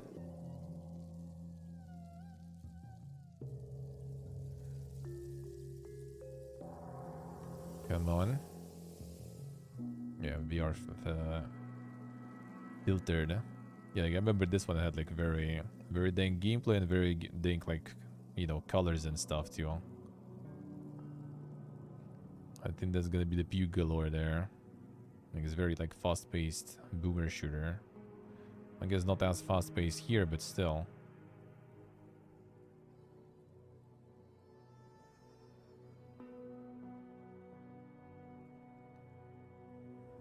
Yeah, here's the shit flying and stuff.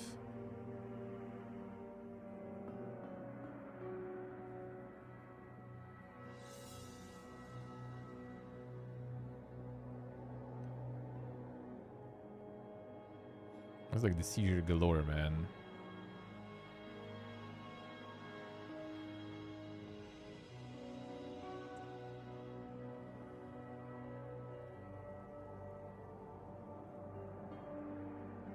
It's easy, bro. Alright. I'll see. I mean, we'll see, yeah. It'll be interesting just to try like different concepts and things and like just see how they are from the other side and, you know, kind of like make it into like the videos and stuff, do the research. Just need to find time for everything, but we'll get there. We'll get there.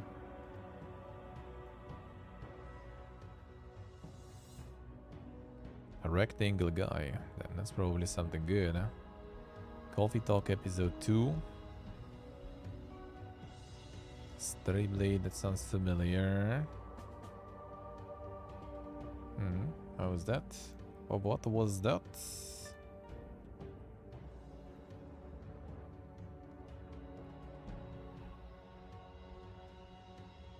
505 Games publishing.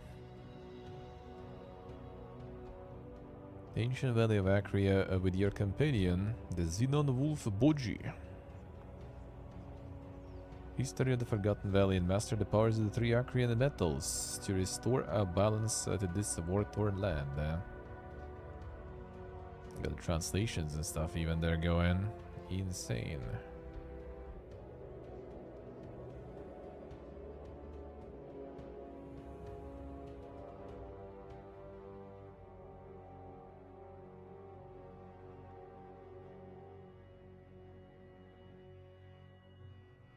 Something is kind of like wrong with like they like cut the interface or something. Like what did they cut it that way? Too much. They went for cinematic effects way too hard. Huh?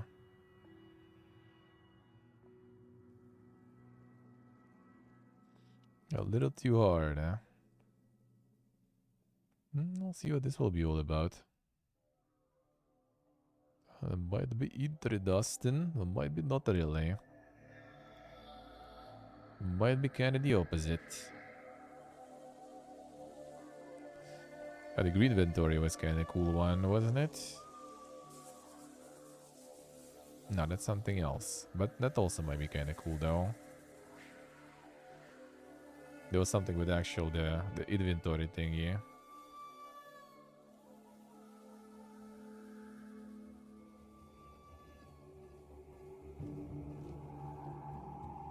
A gorgeous pixel art action RPG experience. Only thing between you and embarrassingly smooth death is your mouse.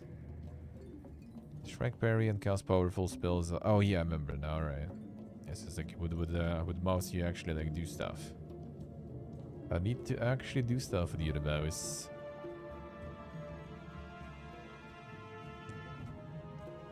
I remember why this one was actually called even the grid inventory then. But this one was about the inventory stuff.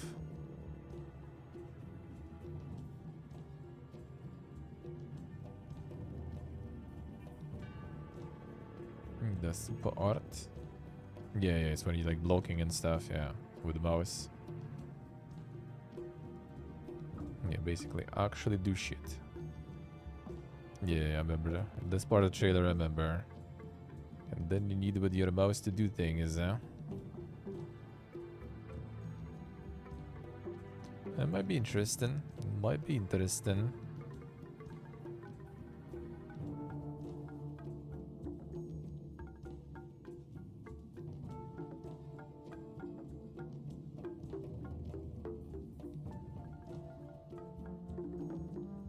Might be worth checking out. We'll see.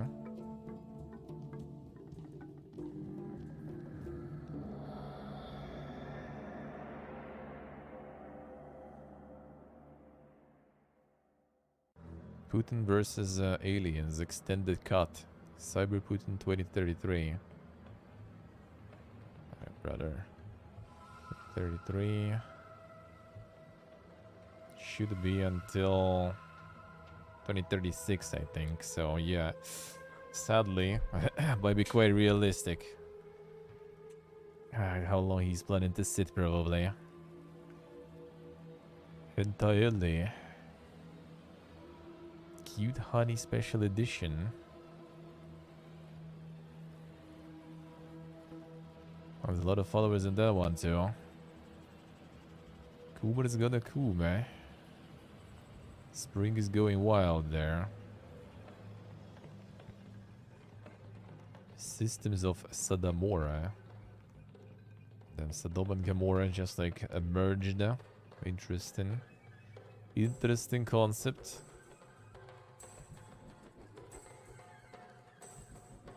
Roots of Poch. Oh, the demo this one, I think, right?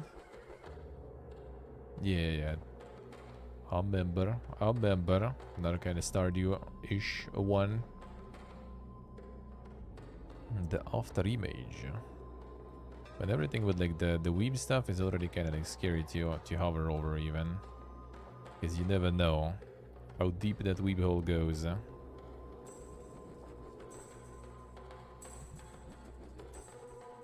Jedi survivors, and last case of Benedict Fox on the same day, huh?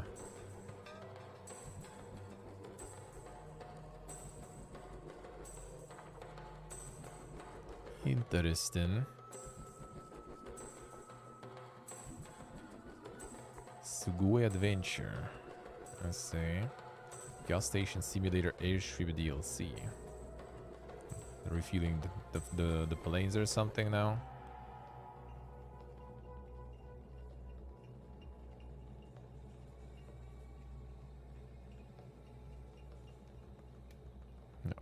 Odin's Ring for free.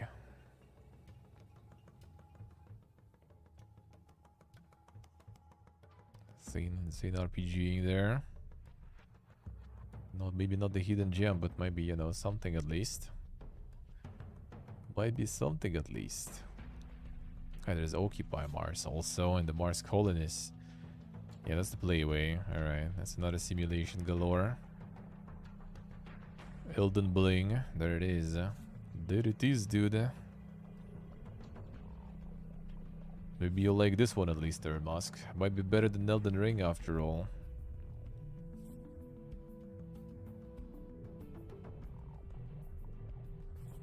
Crocodile Maiden at the End of the World.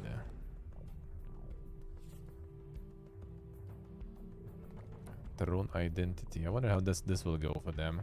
Like, looking at all those like visual novels made in the Vampire the Masquerade universe, I think it actually ironically kind of goes well. Probably because the budgets to make it are very low. You just kind of like pump all those visual novels in kind of famous universe, the famous franchise. Easy money. How many did they make already at this point, actually? They even like winning some awards and stuff, but that seems like. Oh yeah, a lot of them got removed because, yeah, visual novel there. Yuck. Are they all draw distance? I doubt it though, but let's see. Oh, maybe they are actually. Well, some of them. It's like 1, 2. There's of New York. Shadows of New York. Alright, these guys made 2, seems like.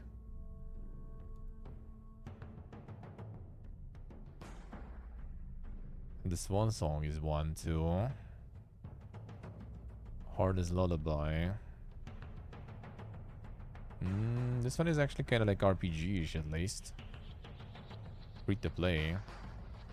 So that's probably like the prologue for something then. What's going on with the second one? Yeah. Interesting. Free to play. Kind of see more like, you know, somewhat actually the RPG even. It's kind of like this Betrayal at Club Low in a way, I guess. Just less weird and abstract and without dice, just with the text stuff. It's for free. Heartless Symphony teaser. Oh, there it is. Okay, it's Heartless Symphony teaser. Okay, so there's a full game too. No doubt, I guess, yet or something.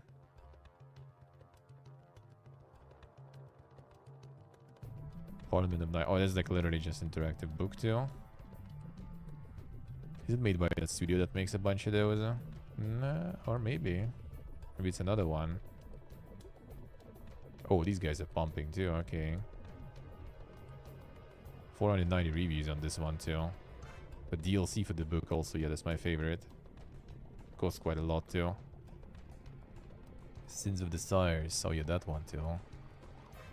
Yeah, like, do you want to make like a full-fledged game and get stuck in development hell and everything? And with the Vampire the Masquerade 2? Come on, bro. Look at this. We just can pump some interactive books, visual novels and everything on a low budget and still sell them quite well. So I wonder if they want to do, if Disney is also exploring that, since they got the Throne game now with this stuff too. That was the name of that. Maybe not available here. Yeah, Identity. Maybe not available. Yeah, most likely. Alright, whatever. Not gonna lose much with that. See, maybe they just decided to go that way. The least resistant path, you know. Least resistance. Alright, this is like the complete galore there. A one follower. A Martian conquer. Total football. Boog.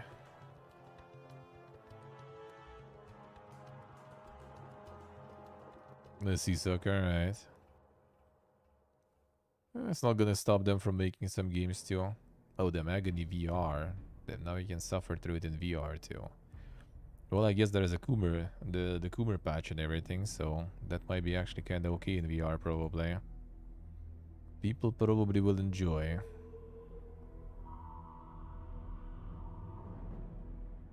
A lovely wife fucked in front of me. Quite the game there, seems like.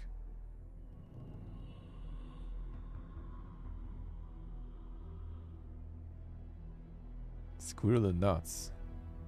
It's amazing, dude. Amazing game. Actually, a squirrel and they have nuts. You just platform there. That's good. A little crab fisher too. Damn, son.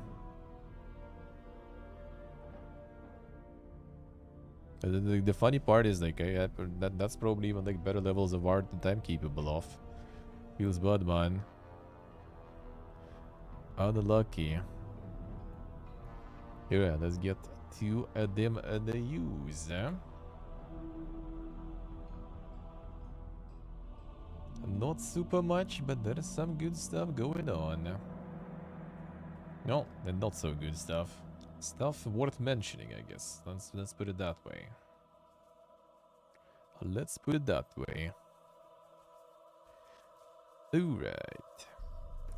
Zack Snyder says his upcoming Netflix movie, Rebel Moon, is getting a ridiculous scale RPG.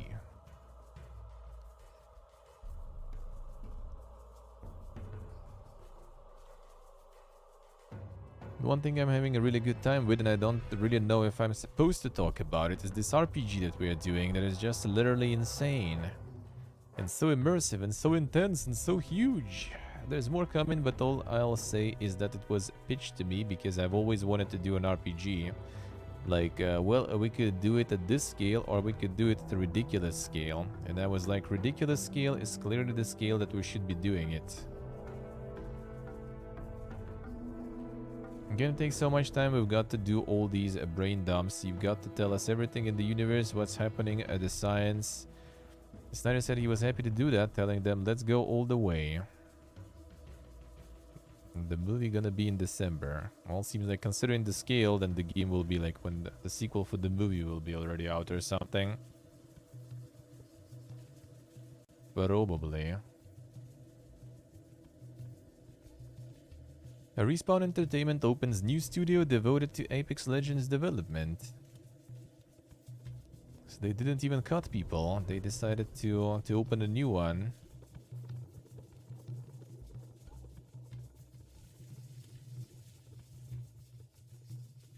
Time for another one, since they dedicated to Apex Legends. As did mention it here. Continue make alright the market. Where is it? Like, there were news basically that they said it's gonna be like for like 10-15 more years or something around Apex Legends. They plan to. It doesn't say here, so I'm not sure where people found that. Doesn't say here. Aim to continue to make Apex Legends the premier battle royale on the market. Don't say for how long. Don't say for how long. I wonder if they're gonna try to like move it to like Source 2 or something. Interesting. Because I think now Respawn already moving to Unreal Engine. And like moving the whole game to Unreal Engine probably will be quite the thing to do. Yeah, moving to Source 2 probably would be easier since it's on Source right now. I'm not sure how easier though. How much easier. Mobile version such a disaster. I think it's just, well, I mean, I don't think it was a disaster. It was, as always, you know, not as good as, you know, corporate guys want, probably, I would assume. And maybe also, like, you know, like, from my view, from the outside perspective, like, Apex is something always that is, like, you know, good for people who want, like, very, like, dynamic, you know, like, movement-centered action, and maybe it didn't really transfer that well on mobile, and in mobile people rather just, you know, play some PUBG like they used to or something. Not sure, not sure.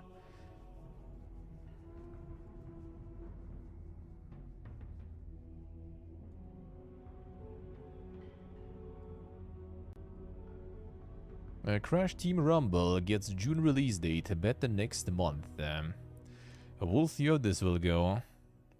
I bet it will be from April 20th to April 24th. Well, we'll see after that what people will say. Will it be another attempt to make some 30 bucks? Okay. If there will be, is there gonna be another attempt to make one of those multiplayer games that's gonna die in a couple of months? Or will this one actually kinda succeed? We'll see. With Warfare, I think it's good. I think it was pretty good. The thing is, it's like it's one of those like the brawler or whatever games. It's a completely side thing, like the spin-off to go multiplayer live service, because there was already, it said what was their plan there. They already got like a few seasons planned, I think, wasn't it? Deluxe edition will also include season 2 battle pass. So original game, get the first season, and there's already season 2 battle pass there. 325 tier boost for season 1. Oga and skins and everything. Yeah, 3 roles in mobile-like fashion. As will need to collect as much Wumpa fruit as possible and bring it to their zone. It's like Pokemon Unite. Well, I mean, Pokemon Unite was like very mobile, I think, wasn't it? And I haven't heard about it since the release. I'm actually not sure how it's doing whatsoever. Like, I literally remember it was around for release, and since then I haven't heard shit about it. I mean, I wasn't even looking into it directly, but like everyone on my followers list, after like I think only Lyric I saw like played it like for like a day or something, and then I haven't seen it anymore. Maybe a couple of days.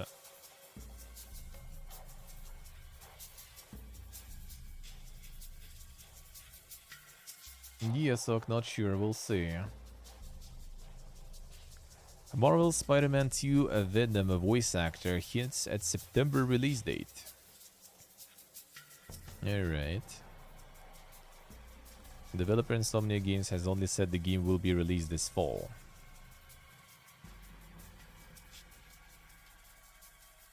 Tony Toad, spill the beans. It's like September, massive publicity coming in August, commercials start dropping in August, so I'm told. Don't yawn and hold breath, gonna be necessary. Kinda weird if they would start in August commercials and stuff for September. That just seems too, like, would make sense if it would be around E3 time, even though Sony wouldn't be there, so kinda not sure, but still. Yeah, there's like no info about it or anything. Maybe they want to go for like, you know, the quick drop of it or something. Like, you know, a dump of information, a lot, and then release. Maybe. Counter-Strike 2 is real and it's out this summer. Yeah, we're talking about that already. So yeah, they got some interesting stuff there. Well, it's mostly just improvements, so it's nice. Like, I'm still not sure how exactly the sub, the sub beyond the tick rate, how does that work? But yeah, overall, they just addressed a bunch of things that, like, the pro players were requesting. And that Valorant, for example, was doing. Like, Valorant did a higher tick rate than TS, and these guys decided to go past the tick rate. Not sure how even. We'll see how this will go.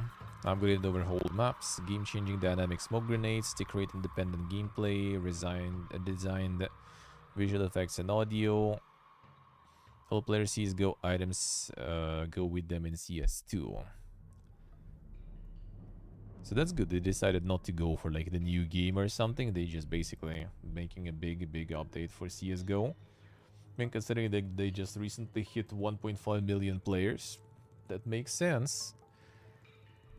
Probably would be not very smart to kind of like split the player base and try to sell another game to them.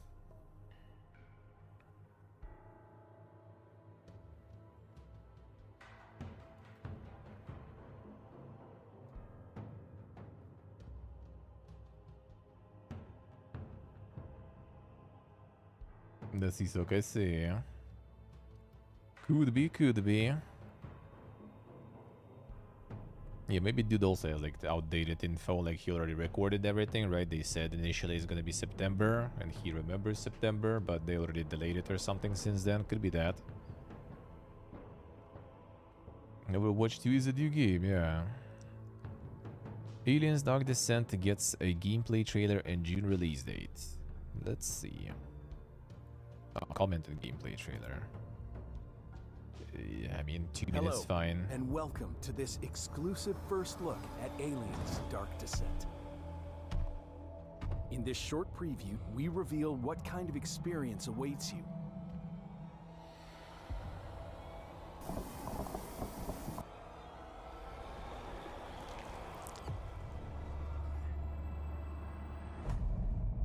Aliens Dark Descent. Dark Descent is a real-time, squad-based tactical action game.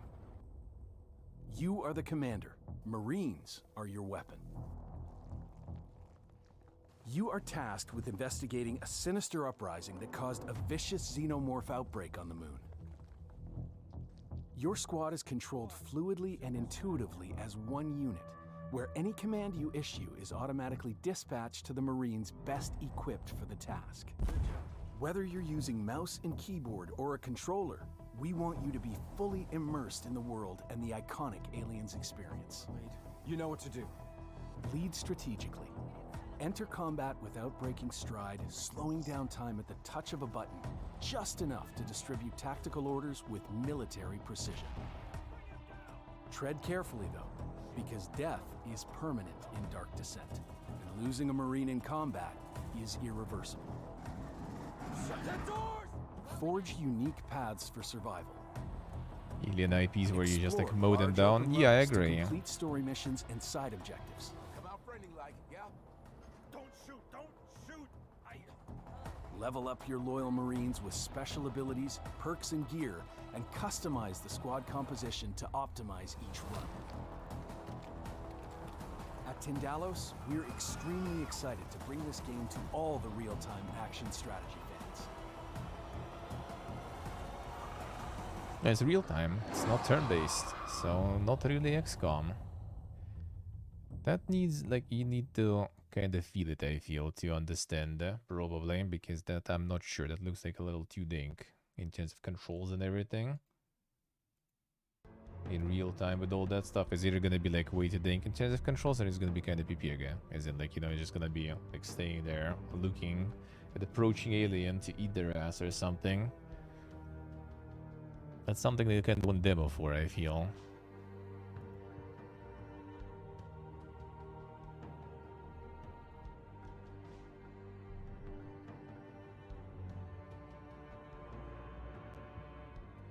Enthalpy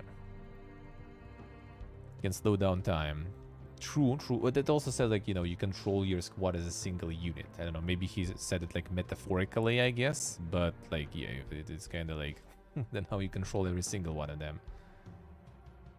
Because I kind of assume that maybe it's like, you know, they automatically kind of do all that stuff.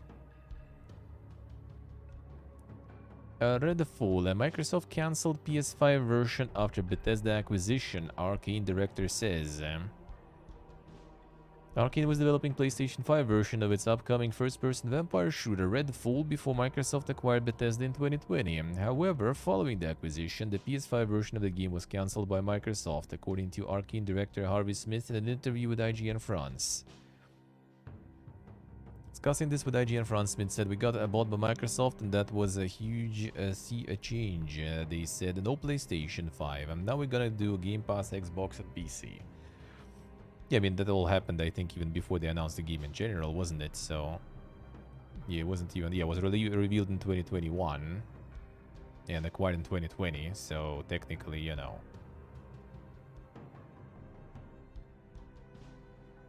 It doesn't come as much as a surprise. I mean, true. Like, I think you shouldn't probably, like, put an accent on that, to be honest, especially in the current situation. Dude is probably not gonna be... Not gonna get any bonuses after this, I would assume. Not much of a loss. Could be, could be. There are actually news about it. There's some more about it. We'll see soon when I get down there.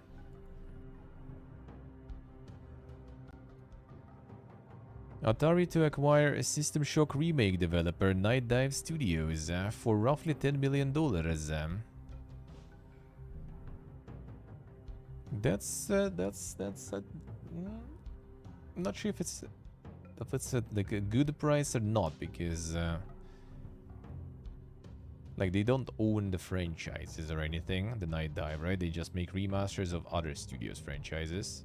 But also, yeah, they did a lot. They have, yeah, their own engine that helps them to port the classic games to modern hardware. So it might be good, because Atari has a lot of boomer games and they own a lot of boomer games. But yeah, it's gonna be remake galore. Even though, to be honest, Night Dive so far delivered pretty okay on all the remakes. I think pretty good, and the prices are usually for those are kind of good, even though that might change with Atari now. We'll see, I guess. The shooting aspect looked really bland. Yeah, the bland is the definition for me personally for the Redfall. It's just like everything is generic. Let's put it that way. Like, environments seem kind of weird. The only thing that looked kind of cool to me is like the skills, the characters and their skills. That looked kind of nice. And again, like, I feel like it's all a very like co-op centered, so you have like a group with different characters, so their skills combine and stuff. And if you play solo, then it's not as cool. And everything else is, I don't know, seems very bland, yeah, overall. Like, shooting, guns seem kind of like just your average. Like, you put those guns in any other environment and it will work as like some average shooter, like some Call of Duty or something, no problems. Like, kind of like this, like, your average type of gun, your average type of, like, shooting experience. I mean, we'll see it in action, I guess. They still, I think, kind of like trying to do some last moment edits to it and everything. We'll see. Yeah, it seemed like the co-op kind of like this like looter shooter thingy when it's just like, you know, you just go in, do bang bang, you know, mobs have like numbers flying, a health bar dropping, and then you check the loot. That's pretty much how it is. A bit Fortnite, yeah. And that would be kind of fine actually, if that would be what it is, but yeah, I guess like from Arcane, people expected a little different. Hard to say. Like, it's not even that bad if it would be like Fortnite-y. But I think that they just try to kind of like sit on both, you know, chairs. Like, kind of like appeal to their, you know, usual audience and like solo players. And at the same time go for co-op players. And I'm not sure like if they will be able to do it. Like, they might just end up kind of like short of both. That's kind of what like Fallout 76, for example, did, right? Instead of just like embracing it and saying like, nah, guys, this game is more if you kind of like into co-op, multiplayer and stuff like this. And solo, there's not that much to do here. If they would do that, that would be probably way better. Well, more people would know what they're getting into, but they try to kind of like still, you know, appeal to their core audience and get the new audience on board, and ended up just kind of like disappointing a lot of them. Expecting immersive shooter from Arcane, yeah. We'll see. They do be trying still to adjust something. Maybe they'll manage. I think like at least like trailers from the beginning and from the last time we saw the trailer on one of the shows a couple of months ago. I think it did get better, I have to say. Like, it looked better to me. But not sure. Yeah, Call Antonio is making the RPGs now. They on to another RPG now. Another one. Different, I think. Not the same franchise as Weird West. Something else now.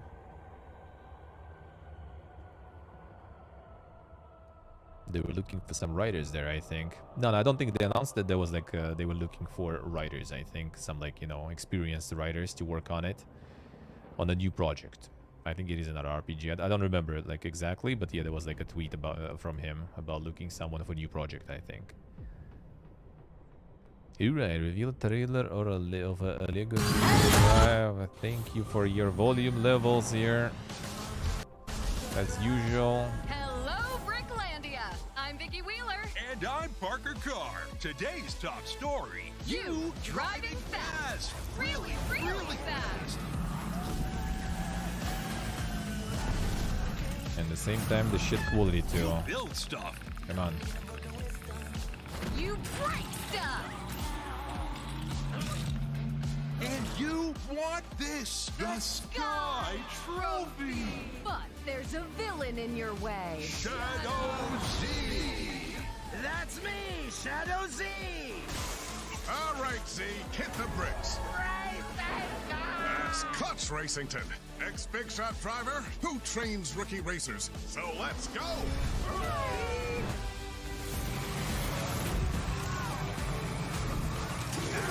Come on.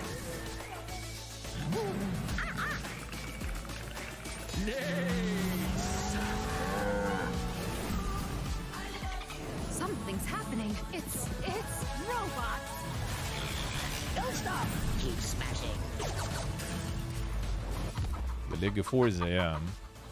This just in, there's even more. Quests, minigame, challenges, split screen, multiplayer, epic rival, wildlife, alien raids, high-speed chases, livestock and law, big eggs, bigger donuts, talking horses, skelematron, geyser flying, blue pigs, pretty crystals, kitties, shopping, jetpacks, zombies, brick bucks, spiders, power-ups, drifting pins, clowns. Holy bricks, that's a lot.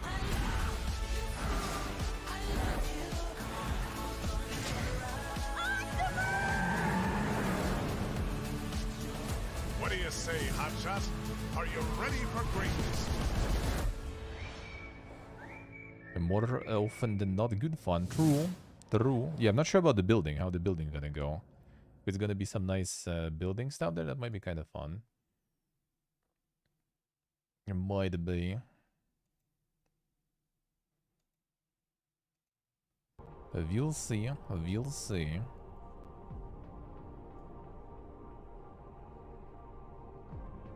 Yeah, true, so true.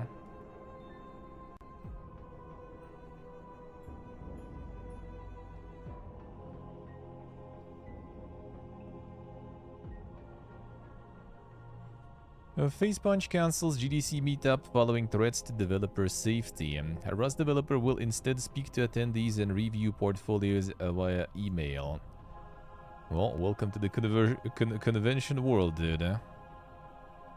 Due to an IRL threat we must take seriously, we're going to have to cancel the GDC meetup in San Francisco next week. If you would like to show us portfolios, talk shop, or get feedback on your work, reach out via email.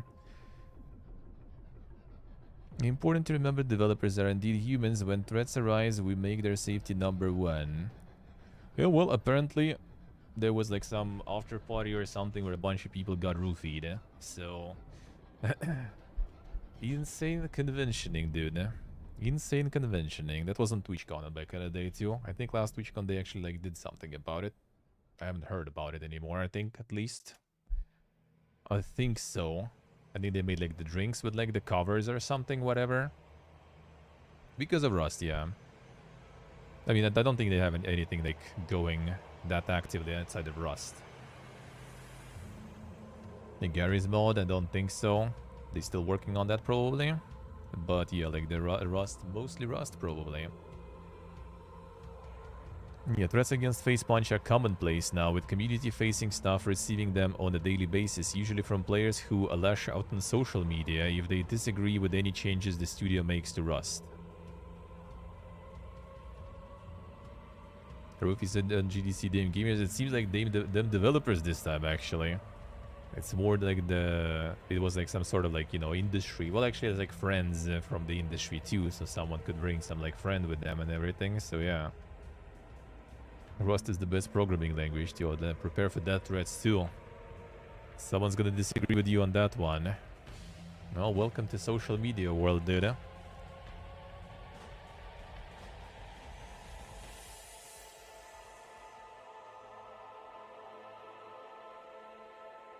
Alright.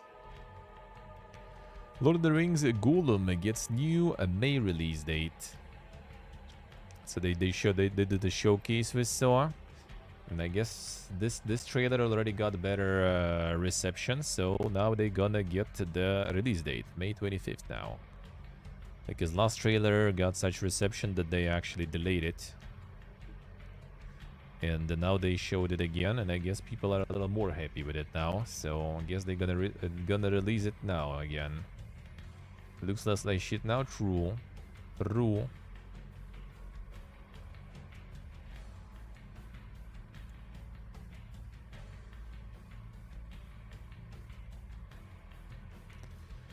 Teenage Mutant Ninja Turtles: The Last Ronin video game is in development. Single-player action role-playing title in the vein of the Norse-themed God of War series. The God of the Total War now. The Total War is coming. Like the story it adapts, the game will feature a mature tone. The game's developer has not been named, and the project is years away from release. Last Ronin was published in 2020 as a 5-issue mini-series by IDW. It takes place in the dark, futuristic New York, where 3 of the 4 turtles have been killed. Surviving turtle whose identity is revealed at the end of the first issue, won't spoil it, dons a black mask and seeks revenge by fighting crime using both his and the weapons of his fallen brothers. Ah, damn son. The Dork Tootles, man. The Dark Souls of Teenage Mutant Ninja Turtles game. He's helpful, by the way. Thought I'd wake you up back there. Lord of the Ring phone game now? Oh, I haven't seen actually. Which one was that? I haven't seen that. I mean, I'm not surprised. Like, there's so many like those mobile games of different franchises. I don't even like pay attention to those anymore. Like, I think there was like the period when there was everything mobile. The one from EA, alright. Oh yeah, this one. Sounds kind of funny, actually, somewhat. Wait, 1 second. So we have... where was it? Where was it?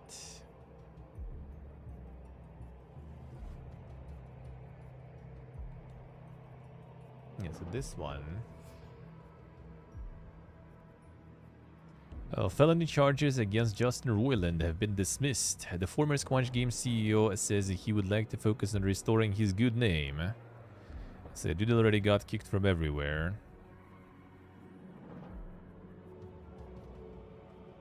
Insufficient evidence to prove beyond a reasonable doubt. As none of these claims are false, I haven't had any doubt that this day would come. So he resigned as CEO of Squanch Games, Adult Swim, Rick and Morty TV program distributor, ended its association with him. Like the funny part, it was already like the lawsuit already for 2 years. 2 years after, they just like, oh shit, fuck, we're kind of late. Time to we need to cancel them. It's going for 2 years. I need to cancel them now. And now, like, instead of waiting for a couple of months for you know, the court to commence and stuff, everyone just fucking canceled him. Just in 2 months to realize that that was wrong.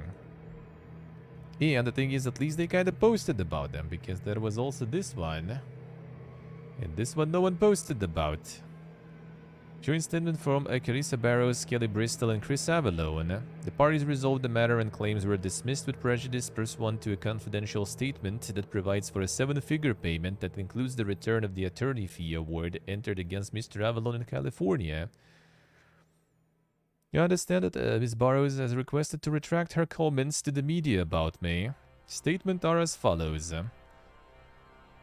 Mr. Avalon never sexually abused either of us. We have no knowledge that he has ever sexually abused any women. We have no knowledge that Mr. Avalon has misused corporate funds. Anything we have previously said or written about Mr. Avalon to the contrary was not our intent.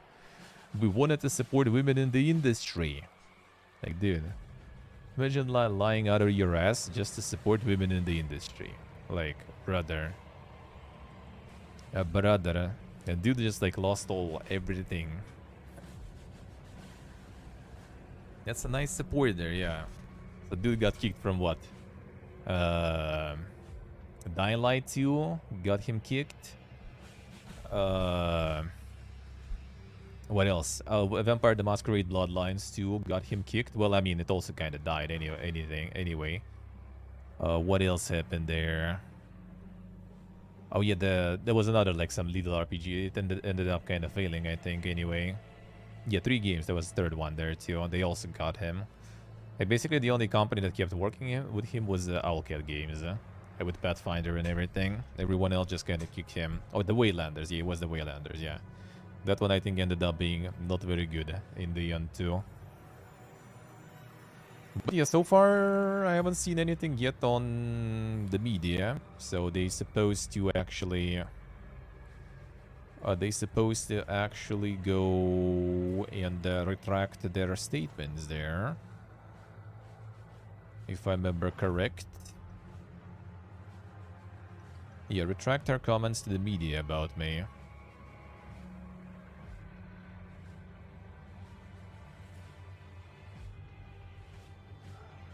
Nasty soccer, right?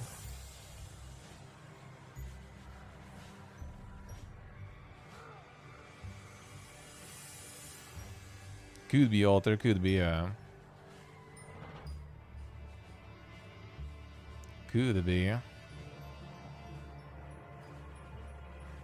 So yeah, that is, the thing is like, it was, how long did it take? 3 years. 3 years in total, but for 1 year he actually just kind of like, was silent. You know, just kind of like thought it's like, you know, not as serious, I guess. Or he thought it will kind of like, you know, calm down, didn't want to go to court and stuff. And then after a year, he went to the court, and 2 years it took to get through it. private the Twitter, as I say. And like this, like I like to imagine, like even to imagine how bad it was there, all this shit, because like you almost never like win those lawsuits, like the libel and everything. It's really hard apparently, from what I heard, to win in the U.S. And you actually getting like seven digits number from them and stuff. That means like that was like a lot of bullshit there. That he actually not just wanted for them to retract the statement, but actually with monetary. Didn't even win. It was like the settlement, right? So like they were afraid to go to it deeper. They agreed to settle and just pay and retract the statements. So like how fucked up it was. Huh?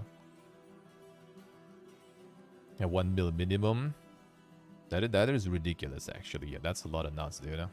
That's a lot of nuts. And they also covered the attorney fees. Huh? So that is indeed quite ridiculous. But that's good though. That is nice. And the sad part is, like, you know, whenever that shit happens, like everyone just like hears what they hear here and now, and then they just move on and they never return to it to like review it or something. Like, what? Oh, there was this guy getting cancelled like 2 months ago. What did happen with that guy? It, like, almost never happens. Huh? Everyone just kind of like moves on, and even if there will be like some statements that will be like, oh no, that was all bullshit. He's good. He wasn't in the wrong. Like, no one already knows about it. No one really cares about it. And the media also not gonna really be posting about it, most likely. Like, the only places I actually saw it in the media is like the RPG Codex, which is like, you know, like very, very dank of a forum rather than mass media, I would say. I guess I just check sometimes because they like bring up some like very like low-key unknown RPGs there, so I sometimes like check it. I have like RSS feed, right, and just like check anything new there. They have some like dank posts there sometimes, way too dank. So yeah, quite the source. And I think our local news, like gaming news media, also posted about it. That's pretty much it. Haven't heard shit about it anymore yet. Hopefully we'll hear some more. Hopefully you'll get back to work. I wouldn't even mind if he will work on like some indie stuff. Maybe like AAA studios still gonna, like, you know, be a little PPG about it. Keeping safe. I think like with indie stuff he might get even better shit out as a writer. And then in AAA, I would say so. Accusers were defended pro bono, yeah. It's like, you need to believe those who accuse, sure, like, absolutely, but you shouldn't like act on it that fast, in my opinion. Like, sure, I believe, but like, I think the neutral stance is until like there's some sort of court or something, there shouldn't be any like serious decisions on that, in my opinion. Like, sure, like shitting on Twitter is one thing, but like, you know, actually like cutting ties and like throwing people out, like, come on, dude. That is not right. Never ending major AAA again. We'll see. We'll see. I mean, as I said, like, I mean, it's kind of sad, of course, right? Like, it will be more money and everything. Bigger projects are always nice for the person. Like, if I would be in his shoes, I would obviously want probably to, you know, to get some good contracts and everything. At least, you know, do some AAA, so you can after that retire and make your own studio like many do nowadays. But I think he will be good actually doing the some indie stuff. Probably.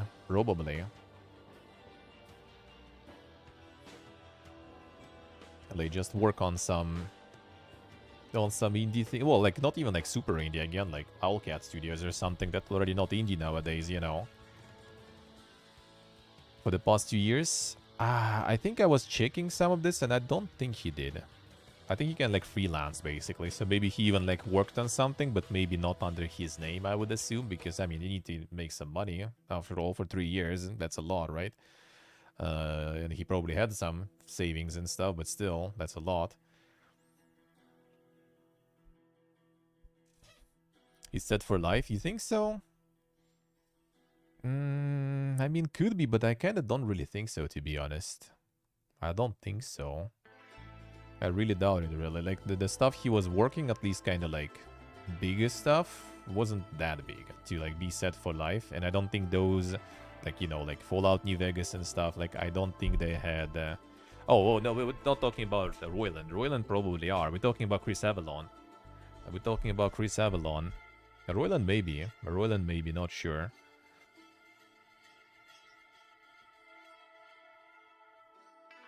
Rather Righteous, he was working actually too. I see. Yeah, Owlcat was working with him. Maybe he's actually working on the Rogue Trader.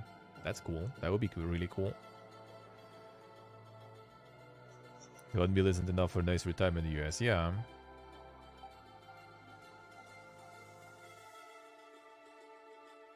So yeah, at least Owlcat gains. Well, I mean, people hear Owlcat gains is, you know, from here after all. Despite the fact they try not to be, but they still are here even. And yeah, they kind of like more loyal to people getting cancelled, I guess. Let's put it that way. I think they also kind of more of like, you know, just like RPG enjoyers who probably were really happy that they could work with Chris Avalon on the game. So maybe he's even on Rogue Trader. Who knows? Who knows? But yeah, hopefully will be more of him now. That's good. That is good. That would be nice. Hopefully will be less of the shit like this happening, but sadly, most likely not. Most likely not. And most likely still will be the same shit. You're right. What else do we have going?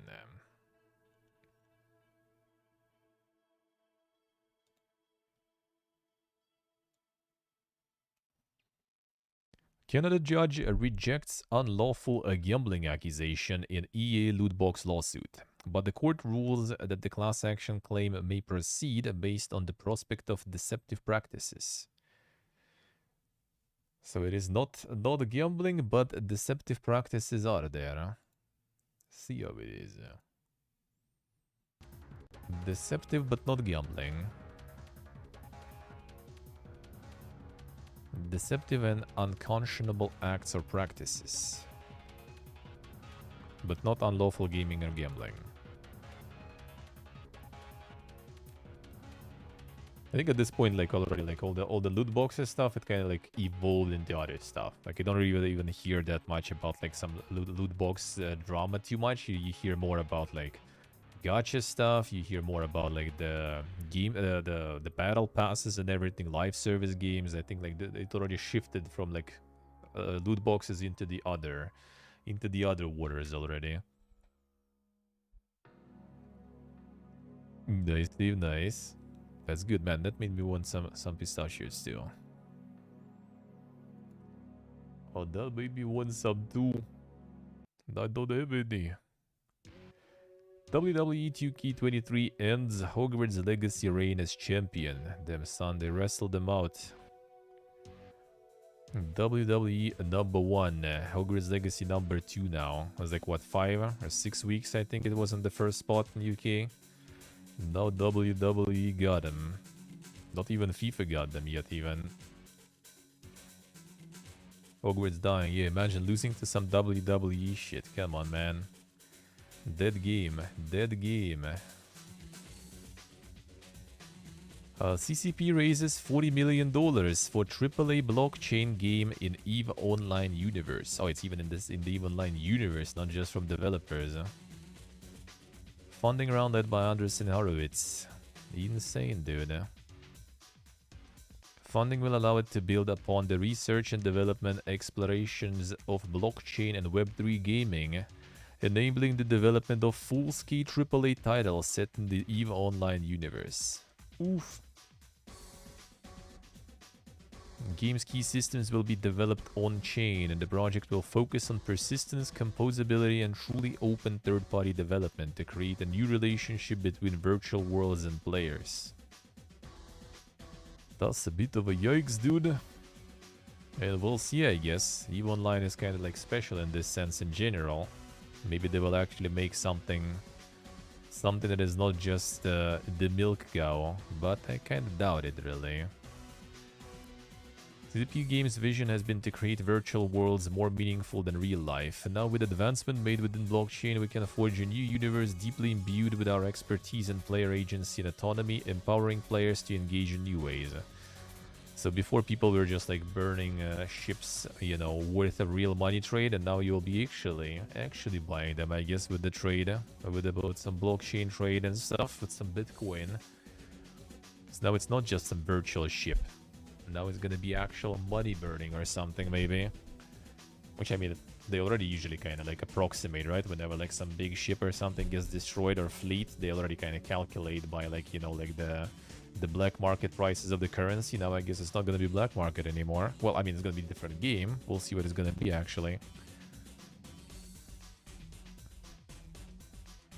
Then zero down. True.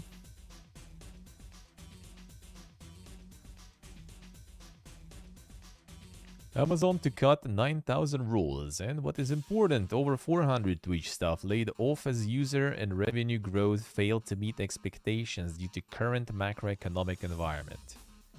Alright, brother, let's see. Are you talking about that? Twitch viewership dips 8% in February as it hit 1.64 billion hours. I wonder. Is it because of this? Because like the key here is it's February, dude. It just has a little less, you know, amount of days there. Approximately around 10% less. So, yeah, no. Yeah, no. The most watched games on Twitch, League of Legends, GTA. Is there some sort of RP going on or something again? Valorant, Hogwarts, CSGO... Counter-Strike Global Offensive Warzone. That's a new game. Apex Legends, Minecraft, Dota 2, Fortnite. Fortnite's still going. Still going. Yeah, 1 week under the new CEO and already 400 people gone.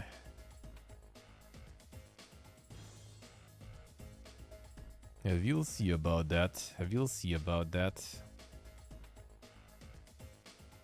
Oh yeah, that's kind of weird. Well, macroeconomic environment, yeah, everyone does the cuts. That is understandable. Well, I saw a tweet of Cole Carnage, right? And considering Cole Carnage is usually like very like trying to be very neutral and mild in his takes, and he was still saying that like, you know, those layoffs are very fucking bad, and it's a lot of like, you know, actual OGs and stuff being cut right now.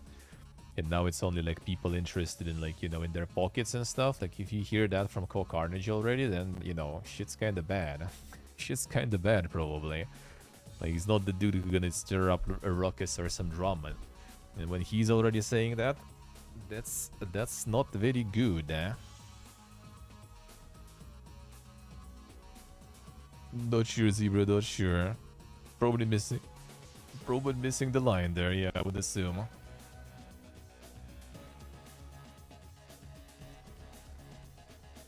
Then there's this one too. Job cuts hit Team 17. Redundancies have been attributed to the publisher restructuring its business operations.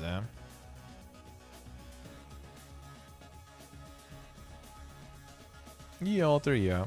Well, I mean, there was like a lot of like cheap loans and everything, right? A lot of cheap money on the market, basically. So a lot of those companies, I guess, like got a bunch of that money. You know, dumped all the money they could reach to into development, I guess, right? Because like the pandemic growth and stuff. So let's just like increase the numbers and stuff, dump more money into developing stuff. And then, you know, pandemic growth ended up being not as sustainable, and it became not growth anymore. I wouldn't say it's like a drop really though, just maybe like stagnant sorta after a big race up. But you know, like the loan money is more expensive now, I guess, because, you know, economical situation and stuff. So they just started to decreasing the expenses, and well, that means decreasing amount of people too. But yeah, I think in many cases it's still not super justified. They still making like profits, they still grow and everything, but you know, but just cut some people there. Yeah, the rate hikes on the debt.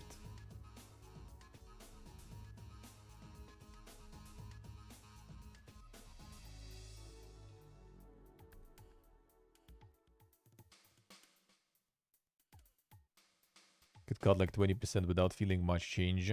I mean, quite often, yeah, yes, you could say so. Yeah, not sure about the how, like, nah, there was like numbers, I don't remember. Was it like 4,000? No, was it like 3,000 or something people working? So it's still kind of like decent. I think it was 15%, I think it said, of the workforce gonna be cut. So it is a lot. And as I said, like, if Core Carnage said it's like a lot of people from like the old school, that's this kind of not very good. Because like for the whole past years, you know, the process was going from, you know, towards removing all the old school people from the platform. Sort of like some people left themselves, some people getting laid off and everything, right? It is just like more and more like corporate people going in. And new CEO is the guy who was talking about the revenue split with subs, right? Justifying that it's 50-50 for everyone and everything. So it's like it's a lot of min-maxing seems like going on right now in terms of like making that like a lot of corporate dudes basically coming instead of people who actually, you know, were creating and like passionate about the platform. Now it's kind of more people who are passionate about making money.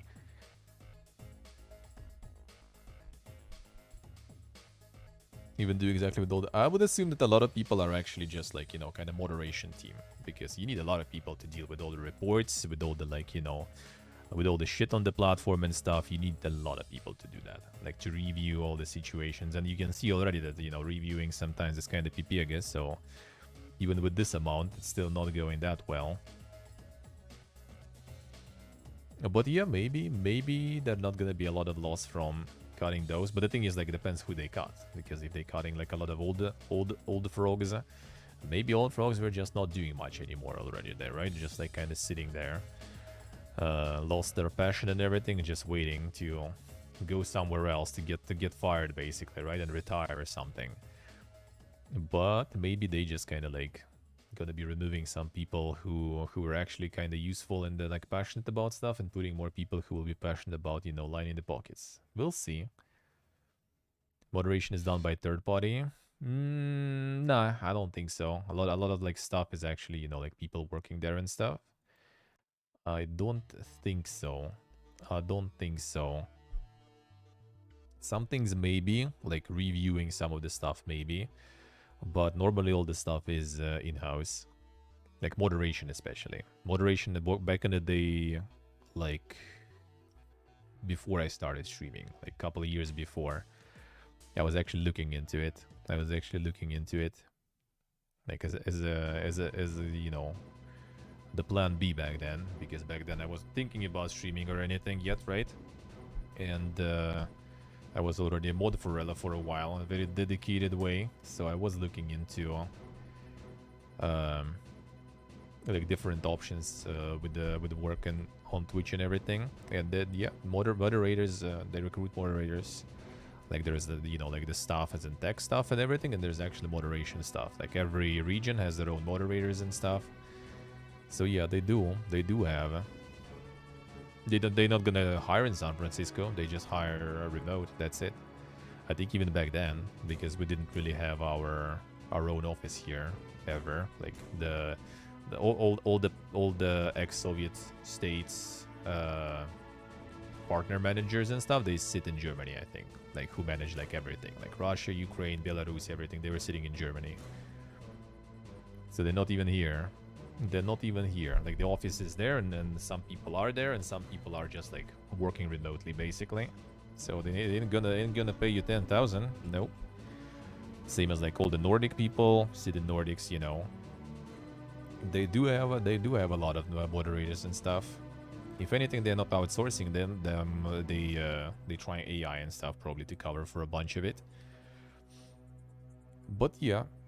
Not sure what exactly that many people were doing there. We will see. Technically, with this size of the platform, that needs a lot. Especially since some decisions you need to like take manually, and there's like a lot of streams that you don't see, right? There's like a lot of like drama when like some ban happens, like at the top of the Twitch, right? But like at the bottom of the Twitch, there's like that shit happening like thousands a day. There's like millions of fucking streamers. So yeah, it requires a lot of workforce for that stuff.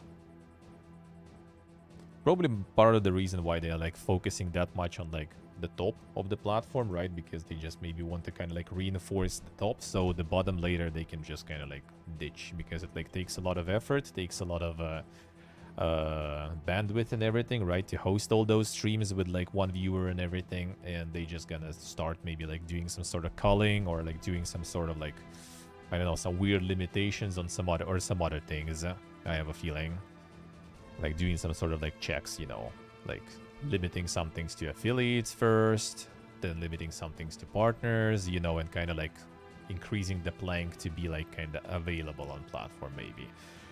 I have a feeling they might come to that, because they can't really like increase the profitability by other ways clearly so far, right? Like with all this like odd fiesta and stuff going on, and it's still kind of not doing that well. I have a feeling they're gonna start also trying to, you know, to get the balance like higher by like cutting the negative sides, right? Like decreasing the amount of money they spend if they can't increase the gain.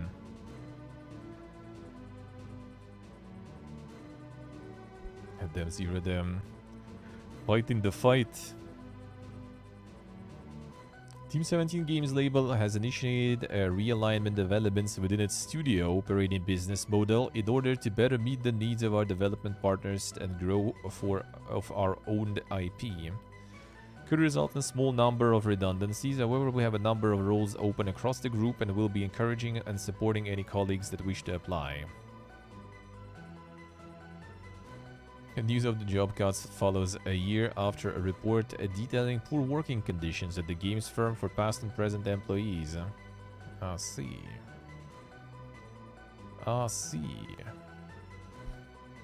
But yeah, I guess we'll find out what's gonna happen. What's gonna happen? No, it's Unreal Tournament. Unreal Tournament.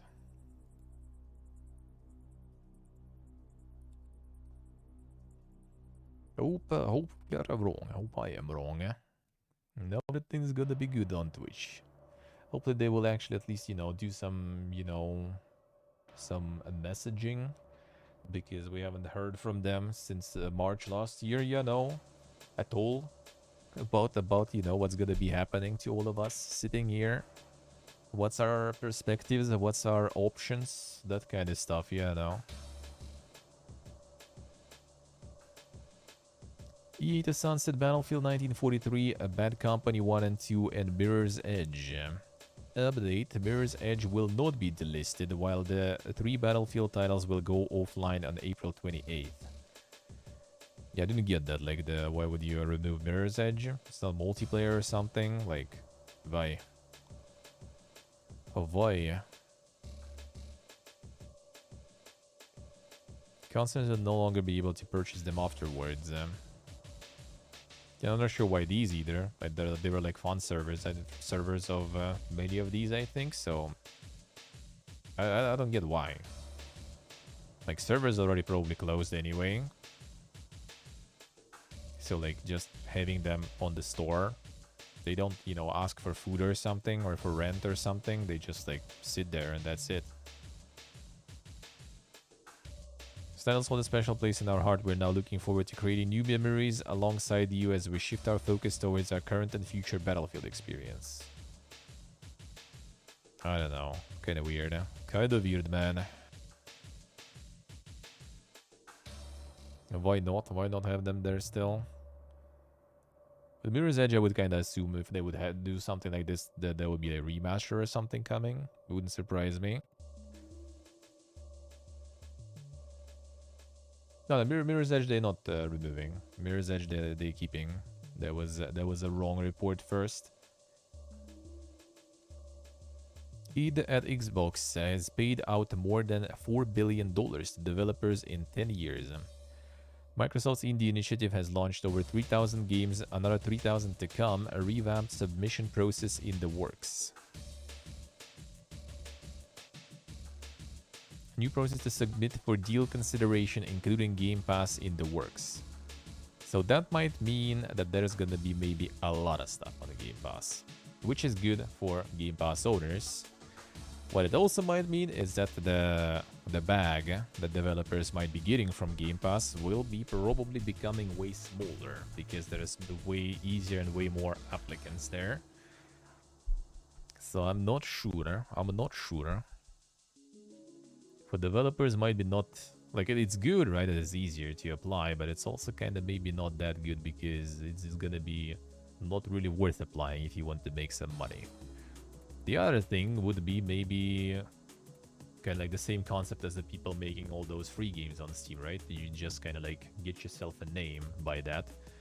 So like, sure, get it to Game Pass. Maybe you don't get a lot of money from it, but you're gonna get some, like, you know, some attention to it. But that's actually also kind of true, Stavia, because like it's already kind of bad in terms of visibility, and unless you like really hit it, like a big hit, then no one even gonna hear about it anyway. Even if it's on Game Pass or something, no one really gonna care about it. So yeah, that's kind of interesting. That's kind of interesting. Devs are getting scraps for Epic exclusives. I mean, it depends on the game and the dev. Which one was that got like a couple of 100,000, I think, or something? Forgot. Was it like the cooking one, the kitchen centered one? Was it Undercooked actually or something? I don't remember. But I mean, that sounds like scraps. But you know, depending on the size of the game and everything, for indies, why not? That's good money. That's good money. Like if your game already succeeded, then that's something, you know, you get on top of that. If your game kind of like didn't really go that well, at least you get something from it, so it's not too bad. Bursts were under 50k. It depends on the game, as I said. Like if it's like additional to the sales that were good, then why not? If it's instead of the sales that failed, why not again? That's at least better than zero, I would say. That is at least better than zero. And you also get, again, like visibility boost and everything. So it's not completely particularly that bad. And yeah, also like those who just kind of like, you know, instead of releasing on Steam, they went to Epic and got the bag. I mean, a lot of those then returned to Steam when the game was good. They pumped on fucking Steam. Like Hades, you know, like the Void Train, for example, is out on Epic for a while. Against the Storm too, right? They all were out on Epic earlier, and then they got the Steam and bang. Well, Void Train I think didn't yet, right? But the demo was like second, I think, most played or something after Dark and Darker. That's insane. So I think that's kind of not a bad thing, really. Even if you get those scraps, still something. Still something. Like for a studio, that's bad, sure. But if it's like one studio indie dev that lives here, right, or somewhere, 50k is a lot. A lot. That would be me living for like 5 years, probably. Like easy.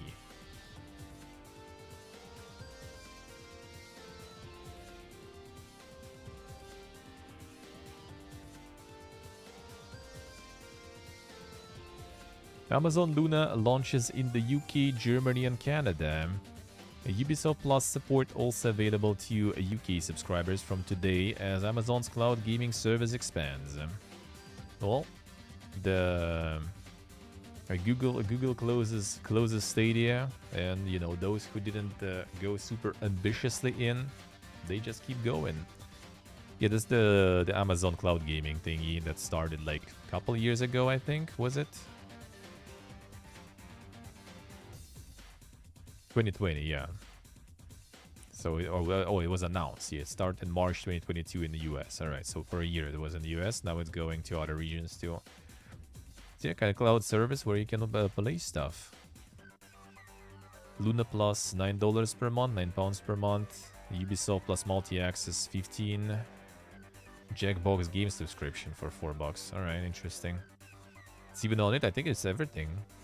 I think it's kind of like more kind of like GeForce Now or something, so it should have like a whole bunch of stuff there. Yeah, Ubisoft Plus subscription included now. A rotating selection of titles, okay. Or users can subscribe specifically to Luna if they want the full library but do not want the wider, more expensive Amazon subscription. Any supported services can access their games, PC, Mac OS and stuff. So I guess you can just use it like play your own games, I guess, on it. and then you can pay subscription and play, or like higher tier subscription, I guess, and get like the access to the library. Devil May Cry 5 remakes Resident Evil 2 and 3, Sonic Mania Isolation, Remedy Control, Codemasters Dirt Rally, PlayOn's Metro Exodus, and Kingdom Come Deliverance. Okay. This is what they have there. Has it been gonna load here? I guess they will. Yeah, that's what you can get. Yeah. It's your library and Lunas. So you can also get like some of your stuff there. Not a huge list. I mean, kinda, but it has some good stuff there too. It has some good stuff there too, though. Oh, like one line is cut there by the thingy. Mortal Shell there, Metro Exodus. The Resident Evil remakes. The Steam World stuff. I mean, Yakuza games still not too bad. I mean, that's not huge, but not too bad. And yeah, it's also like your library and Lunas in one subscription. Growing collection of games across. It's like Luna Plus gives you access to the collection, and I guess just Luna is like your games you can play, kind of like GeForce Now does, I guess. It still needs to be supported, I think, but yeah. So you can do that too. GeForce Now also says like you can play for free, but you have some sort of limitation in the amount of time I think you can play or something, right? Or you can just pay subscription and you can play like games from Steam and everything that you own. Not all, but those that are supported. Amazon games maybe could be that, yeah. Could be that. Yeah, someone recently was complaining that there was not a lot of NFT news. There it is, dude. I got you. I got you. Nexon's Maple Story universe to feature NFT. Maple Story taking a turn for the better. Partner with Polygon Labs for business and operational support on the project. Nice. Announced at GDC even. A blockchain tech firm will be providing business technological support. Looking forward to expanding the NFT ecosystem envisioned by Maple Story Universe by building on Polygon, the top protocol for Web3 gaming. Perfect choice to power the ecosystem. Damn son, the promo speech there. I'll work closely with the team at Polygon Labs to develop and market the game. Insane. There it is. The EVO Online making blockchain. On Nexon, I'm making NFTs.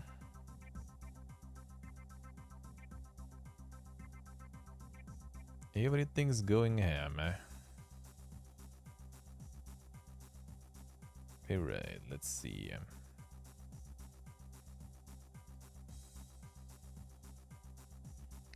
Meta reveals Oculus Publishing as MetaQuest store revenues pass $1.5 billion. The VR game division has financially supported more than 300 games, I guess, since the inception. The division will partner with studios to provide funding, production, and promotion services. I wonder if everything's gonna be like exclusive though. That's the main problem with all your fucking platforms, dude. More than 500 titles available in the MetaQuest store. $1.5 billion has been spent on games and apps, with 40 titles grossing more than $10 million in revenue. Further, the number of titles at the $20 million mark has doubled year over year. Well, still developing. The VR market's still going places, I guess.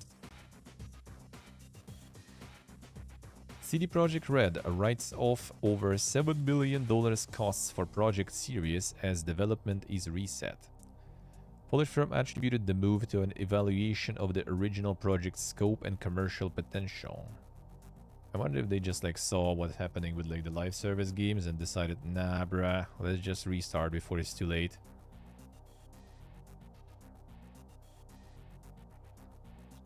Title's development cost the Polish firm more than $7 million in 2022 and over $2.2 million in 2023 before the decision was made. It's unknown if Molasses Flood, acquired in 2021, will continue to serve as the title's developer. The aforementioned decision is based on results of evaluation of the scope and commercial potential of the original concept of Project Sirius and ongoing work on formulating a new framework for this project. Yeah, this is going to be the multiplayer spin-off, basically. So, probably live service, I would assume. So if they decided to like review the approach, that's nice. Need more of those live services to review the approach a little, you know, and change their mind maybe and make something good. Would be very good. Would be very nice. Alright. Rare has plans for the next 5 years of Sea of Thieves. Already celebrated 5th anniversary and 9th season. And they want to go for... They actively expand Sea of Thieves over the next 5 years, giving the game a life cycle of at least 10 years. It's like 5 years guaranteed. Man, I thought it was more than 5 years already at this point. Like 5 years ago I started streaming, basically. I thought it was even before I started. For some reason I thought it's even older.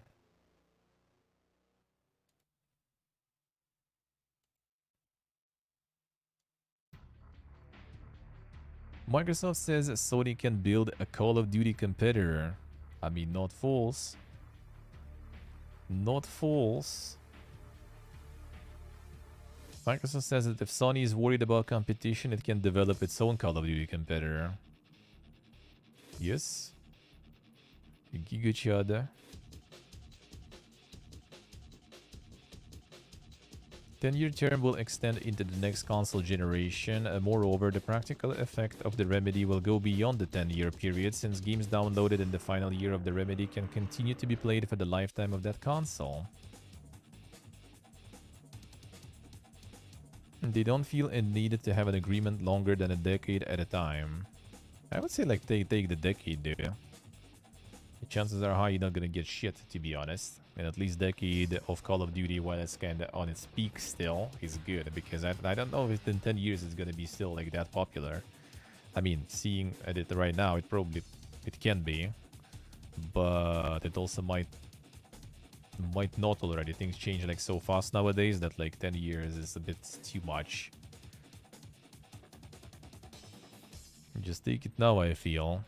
Well, they give it to you. For free, basically. Zelda Tears of the Kingdom to feature gameplay that transforms the world, says producer. During Famitsu Game Awards, the game's producer Eiji Aonuma accepted the award for most anticipated game for Tears of the Kingdom and hinted at the gameplay's ability to alter the game world.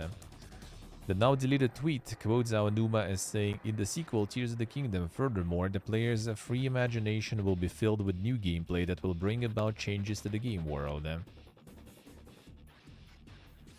Aonuma also reportedly said he hoped players would be pleasantly surprised by the changes and enjoy exploring Hyrule in an unknown state.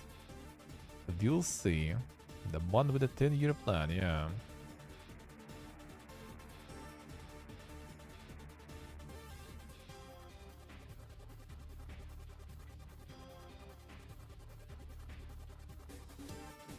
Ubisoft is using AI to generate NPC dialogue in future games. I think they're not just using, they're making the tool, I think. That they probably, I think they plan to like commercially use it too. Created by the teams at the Ubisoft La Forge, the tool Ubisoft Ghostwriter is expected to reduce strain on development teams by lifting the weight of laborious manual tasks. Perfectly acceptable goal for any technical team. I've been stressed that this tool isn't designed to replace writers entirely. Yeah, what a time to be alive. I need to stress that now. But to augment their role and make processes more streamlined. Yeah, the NPC Barks creation.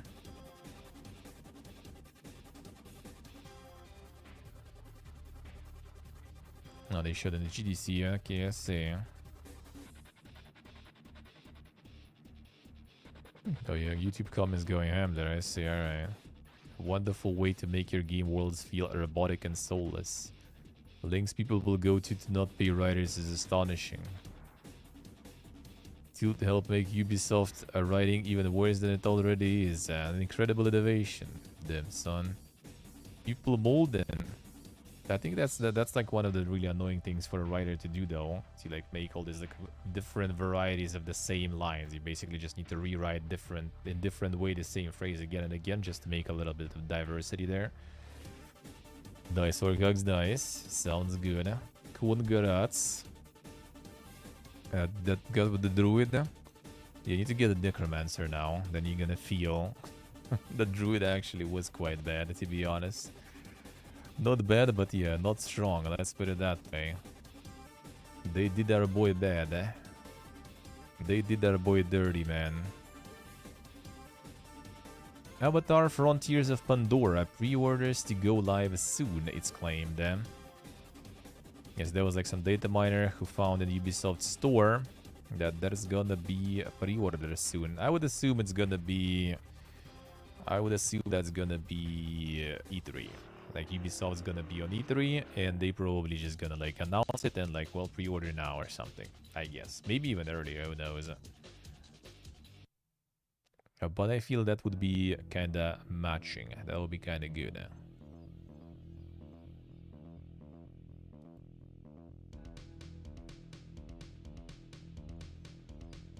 UK CMA says Microsoft Activision deal. Microsoft acquisition, yeah. Will not result in a substantial lessening of competition. Alright, so UK already kind of started to change their mind, I say. It will report its final report April 26th. We'll see. Yeah, overall transaction will not result in a substantial lessening of competition in relation to console gaming in the UK. We'll see how it will end. Yes, as I say. Dude feels weak. I don't think he feels good. It's just that like after playing Necromancer, like that's just too strong. You just melt things. In the beginning, especially compared to Druid, you just melt things. Later down the line, Druid actually kind of gets a little better, and you have survivability that's kind of decent. But we'll see the late game Necromancer. If the melting gonna scale well, that's gonna be also pretty bad. That's also gonna be ironed out. I'm pretty sure like the balance and everything is gonna be something they have more than 2 months yet still, right? That's gonna be like stability, you know, optimization, bug fixes, and like balancing basically. Using some of the test information, I guess, because you know, like looks like everything was already done otherwise.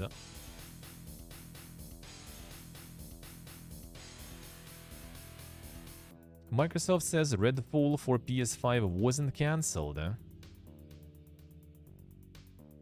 Firing back at claims that it cancelled the PlayStation 5 version of Redfall. Alright.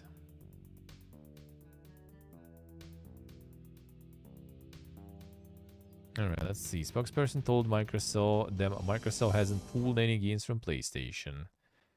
Full statement is as follows. We haven't pulled any games from PlayStation. In fact, we expanded our footprint of games that we've shipped on Sony's PlayStation since our acquisition of ZeniMax, and the first 2 games we shipped after closing were PlayStation 5 exclusives, Ghostwire Tokyo and Deathloop. We did the same thing since our closing of Minecraft as we extended the reach of that franchise.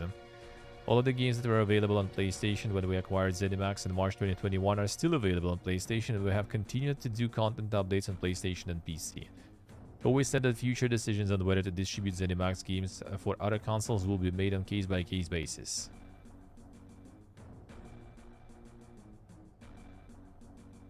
Based on the comment of the GameSpot, it would seem to indicate that the game was never in development for PS5. Smith specifically mentioned that it was. I mean, I'm pretty sure it was.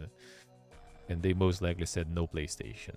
That game wasn't announced, right? They didn't make any promises or something, so didn't like pull back on it or something. They just kind of like, all right, stop developing this shit. I mean, they still delayed and developed it still, right? Over the years, after the years. So like back then there was probably like nothing really yet, nothing really super big and playable. So they just kind of like cancel it. So I mean, I can understand that, but I also understand that they try to like not like the dude with his statement basically wasn't a very bad timing when they like doing all this court acquisition thingies in the court, right? That's probably a very bad time right now to deal with it. A very bad time to for someone to say, well, we kind of like made an exclusive here, kind of. Microsoft made this. That would look not very good, huh? Alright, and now the... Oh, the big news for the last... Dark and Darker removed from Steam following DMCA claim.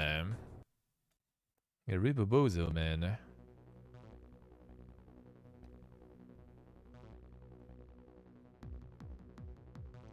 Let's see. Remarkably bad press. Games developer Iron Mace has stripped all traces of the title from Steam, the only platform that was hosting it. Alright, gone dark. Not exactly, they posted something, I think.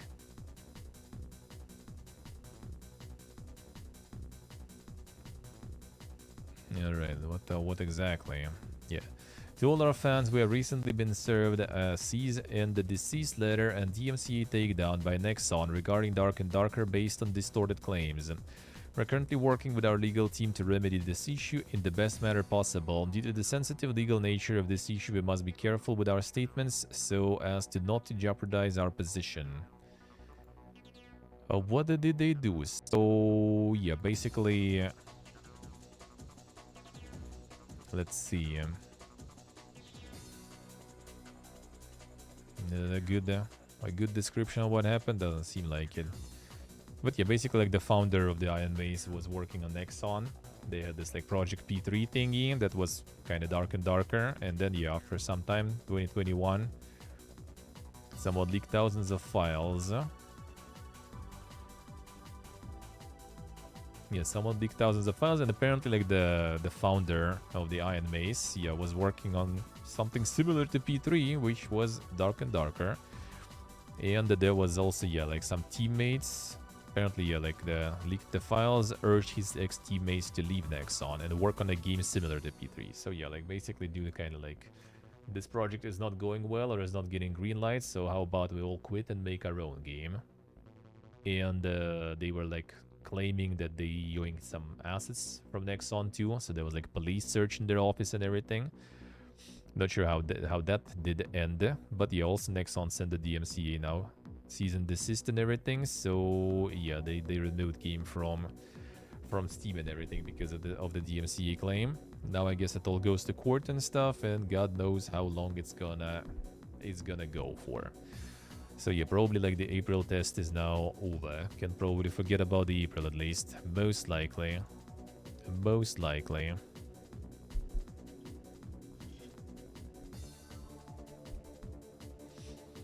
Yes, I think so. Yeah, they should just like show what like P3 even looks like, right? Like, is it actually that similar or not? Like, are there those assets that they claim are similar, right? Like, what was the Call of Duty, or was it with something else when like some studio was like, I think it was Activision suing some like Chinese company, right, with their mobile game, and they had like, okay, this is how their stuff looks, this is how our stuff looks, this is similar, this is similar, this is similar, everything is like showing, everything is clear. But yeah, this is like nothing right now. No one saw that Project P3, the only claims and stuff, like, I don't think it's like, that depends on the contract, I guess, right? But I don't think it's that bad. Like, you work on something in the company, and then you just kind of like, you know, well, it doesn't work like this, you know, like, we're not getting the green light on our project or something, so I just like have this good idea of it, and I just gonna like leave and make my own stuff. I don't think it's that bad.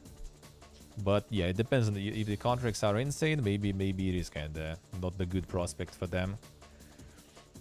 But yeah, they actually got like fucked royally by that stuff, because first I think they didn't get like a bunch of investments first. Like there was supposed to be like a round of investments, and then the police arrived, you know, with searching, and like Nexon did the statement that they kind of like yoinked their assets and everything. So they didn't get the investment, and now looks like they also kind of getting fucked more. Yeah, Yarkax, there is the exclusivity claims and everything there are, right? Like if you work in the studio, you can't work on anything else. But I mean, that's not what they did, right? They quit the studio and started working on something. But yeah, not sure. Yeah, on company time you can't. The exclusivity clause or claim, whatever. Yeah, that's the thing. That's the thing that exists. But like they quit. They quit and started working on that. So if they didn't protect, like, you know, the idea sorta of the game, then I mean, what's the problem? If they didn't play and just like steal assets and code snippets, then what's the problem? It's all good. It's all fair business. Should just you know, keep them in the studio then somehow, you know, pay better, greenlight the project or something. Because they also kind of YOLO, right? Like they made a demo in 2021, they already left, and only in 2022, kind of the end of 2022, they actually showed something and realized that it's, you know, popular and people are really into it. And until then, it was kind of YOLO, right? It's not like they kind of like, okay, this is commercially successful, 100% gonna work, so we're gonna, like, you know, copy it or steal it and make our own. Like, they just kind of YOLO'd it and it worked. And when it worked, then Nexon already like, oh, shit, that could be us there. So that's weird, eh? That's weird, eh? Baby, say goodbye, babe. 100% deny those contracts, yeah. That is true, that is true. Well, I mean, it kind of depends though, right? Like, if you really feel like doing something on your free time, yeah, you should probably. Some people probably don't really. Like, I don't know, if you already like work in game dev and you have like, you know, like family and a bunch of other stuff, and you also like on the free time want to work on more games, that sounds dang. But I mean, it's still kind of limiting factor, so better to have, you know, option to do something on your free time rather than be forced to not do anything on your free time, sorta, right? It's good to have options.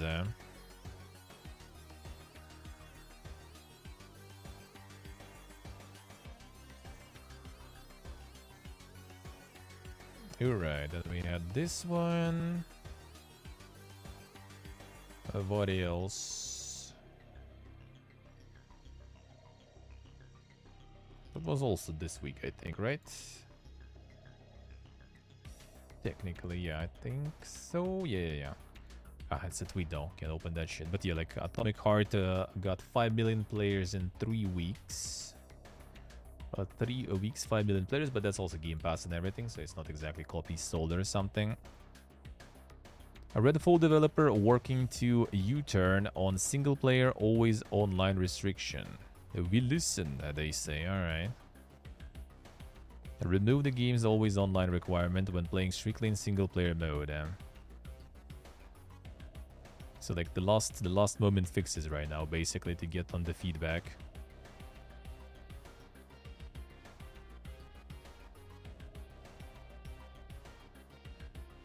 Let's see. We listen, we have already started work to address this in the future. We have to do some things like encrypt your save games and do a bunch of UI work to support it. And so we are looking into, I'm not supposed to promise anything, but we are looking into and working actively towards fixing that in the future. I don't like this in the future thing. That's the thing. And no store in-game and no microtransactions. By the way. Can find costumes and things like that in the world, those are yours. Do you have a DLC plan? Couple of times we will sell a bundle of stuff like guns, costumes, characters, you know, whatever. Very excited about those things, but it's the like DLC that you buy through Xbox or whatever. And there's the buy the back edition of the base game where you get some of that stuff for free. We had that plan with Dishonored. We have that with every game we make. So no store, but still DLCs with skins and everything. Alright. That's one way to put it, I guess. Depends on how many DLCs will be there. So like no store, but maybe there's gonna be like thousands of DLCs with skins. That doesn't mean anything. That's still kind of the same. And just different, you know, semantics, but the same shit, really. But still the same shit, though. Alright. Was there something else on the THQ's the train game and stuff? There are some like screenshots from like the packs basically, but I guess there is nothing else about it. Haven't seen anything at least. like Steve posted, but I don't think there was more than that. Nothing yet, alright. I mean, it's probably like some demo with the... Well, yeah, actually, if there's a demo, and it's not like not NDA, then should be some info about it at least. Not one preview for that game was glowing. Yeah, the thing is, like, when the preview is kind of like... It's good, but... When there's bot involved, then it's kind of like, alright, something is not that good there.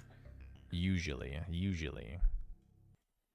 It's like they usually like lick every game clean, right? So whenever something is not there a little bit, that means that something is bad. Like even if something is bad, they usually lick it clean anyway. So whenever even journalists already say but, then that might be a red flag. Maybe not that bad though. We'll see, I guess. We'll see, I guess. I kind of wasn't really hyped about it. I wasn't really expecting anything. Don't really care about it, to be honest, much. Maybe if it's kind of like good or something and I have the Game Pass, maybe I'll check it. But yeah, we'll see. We'll see.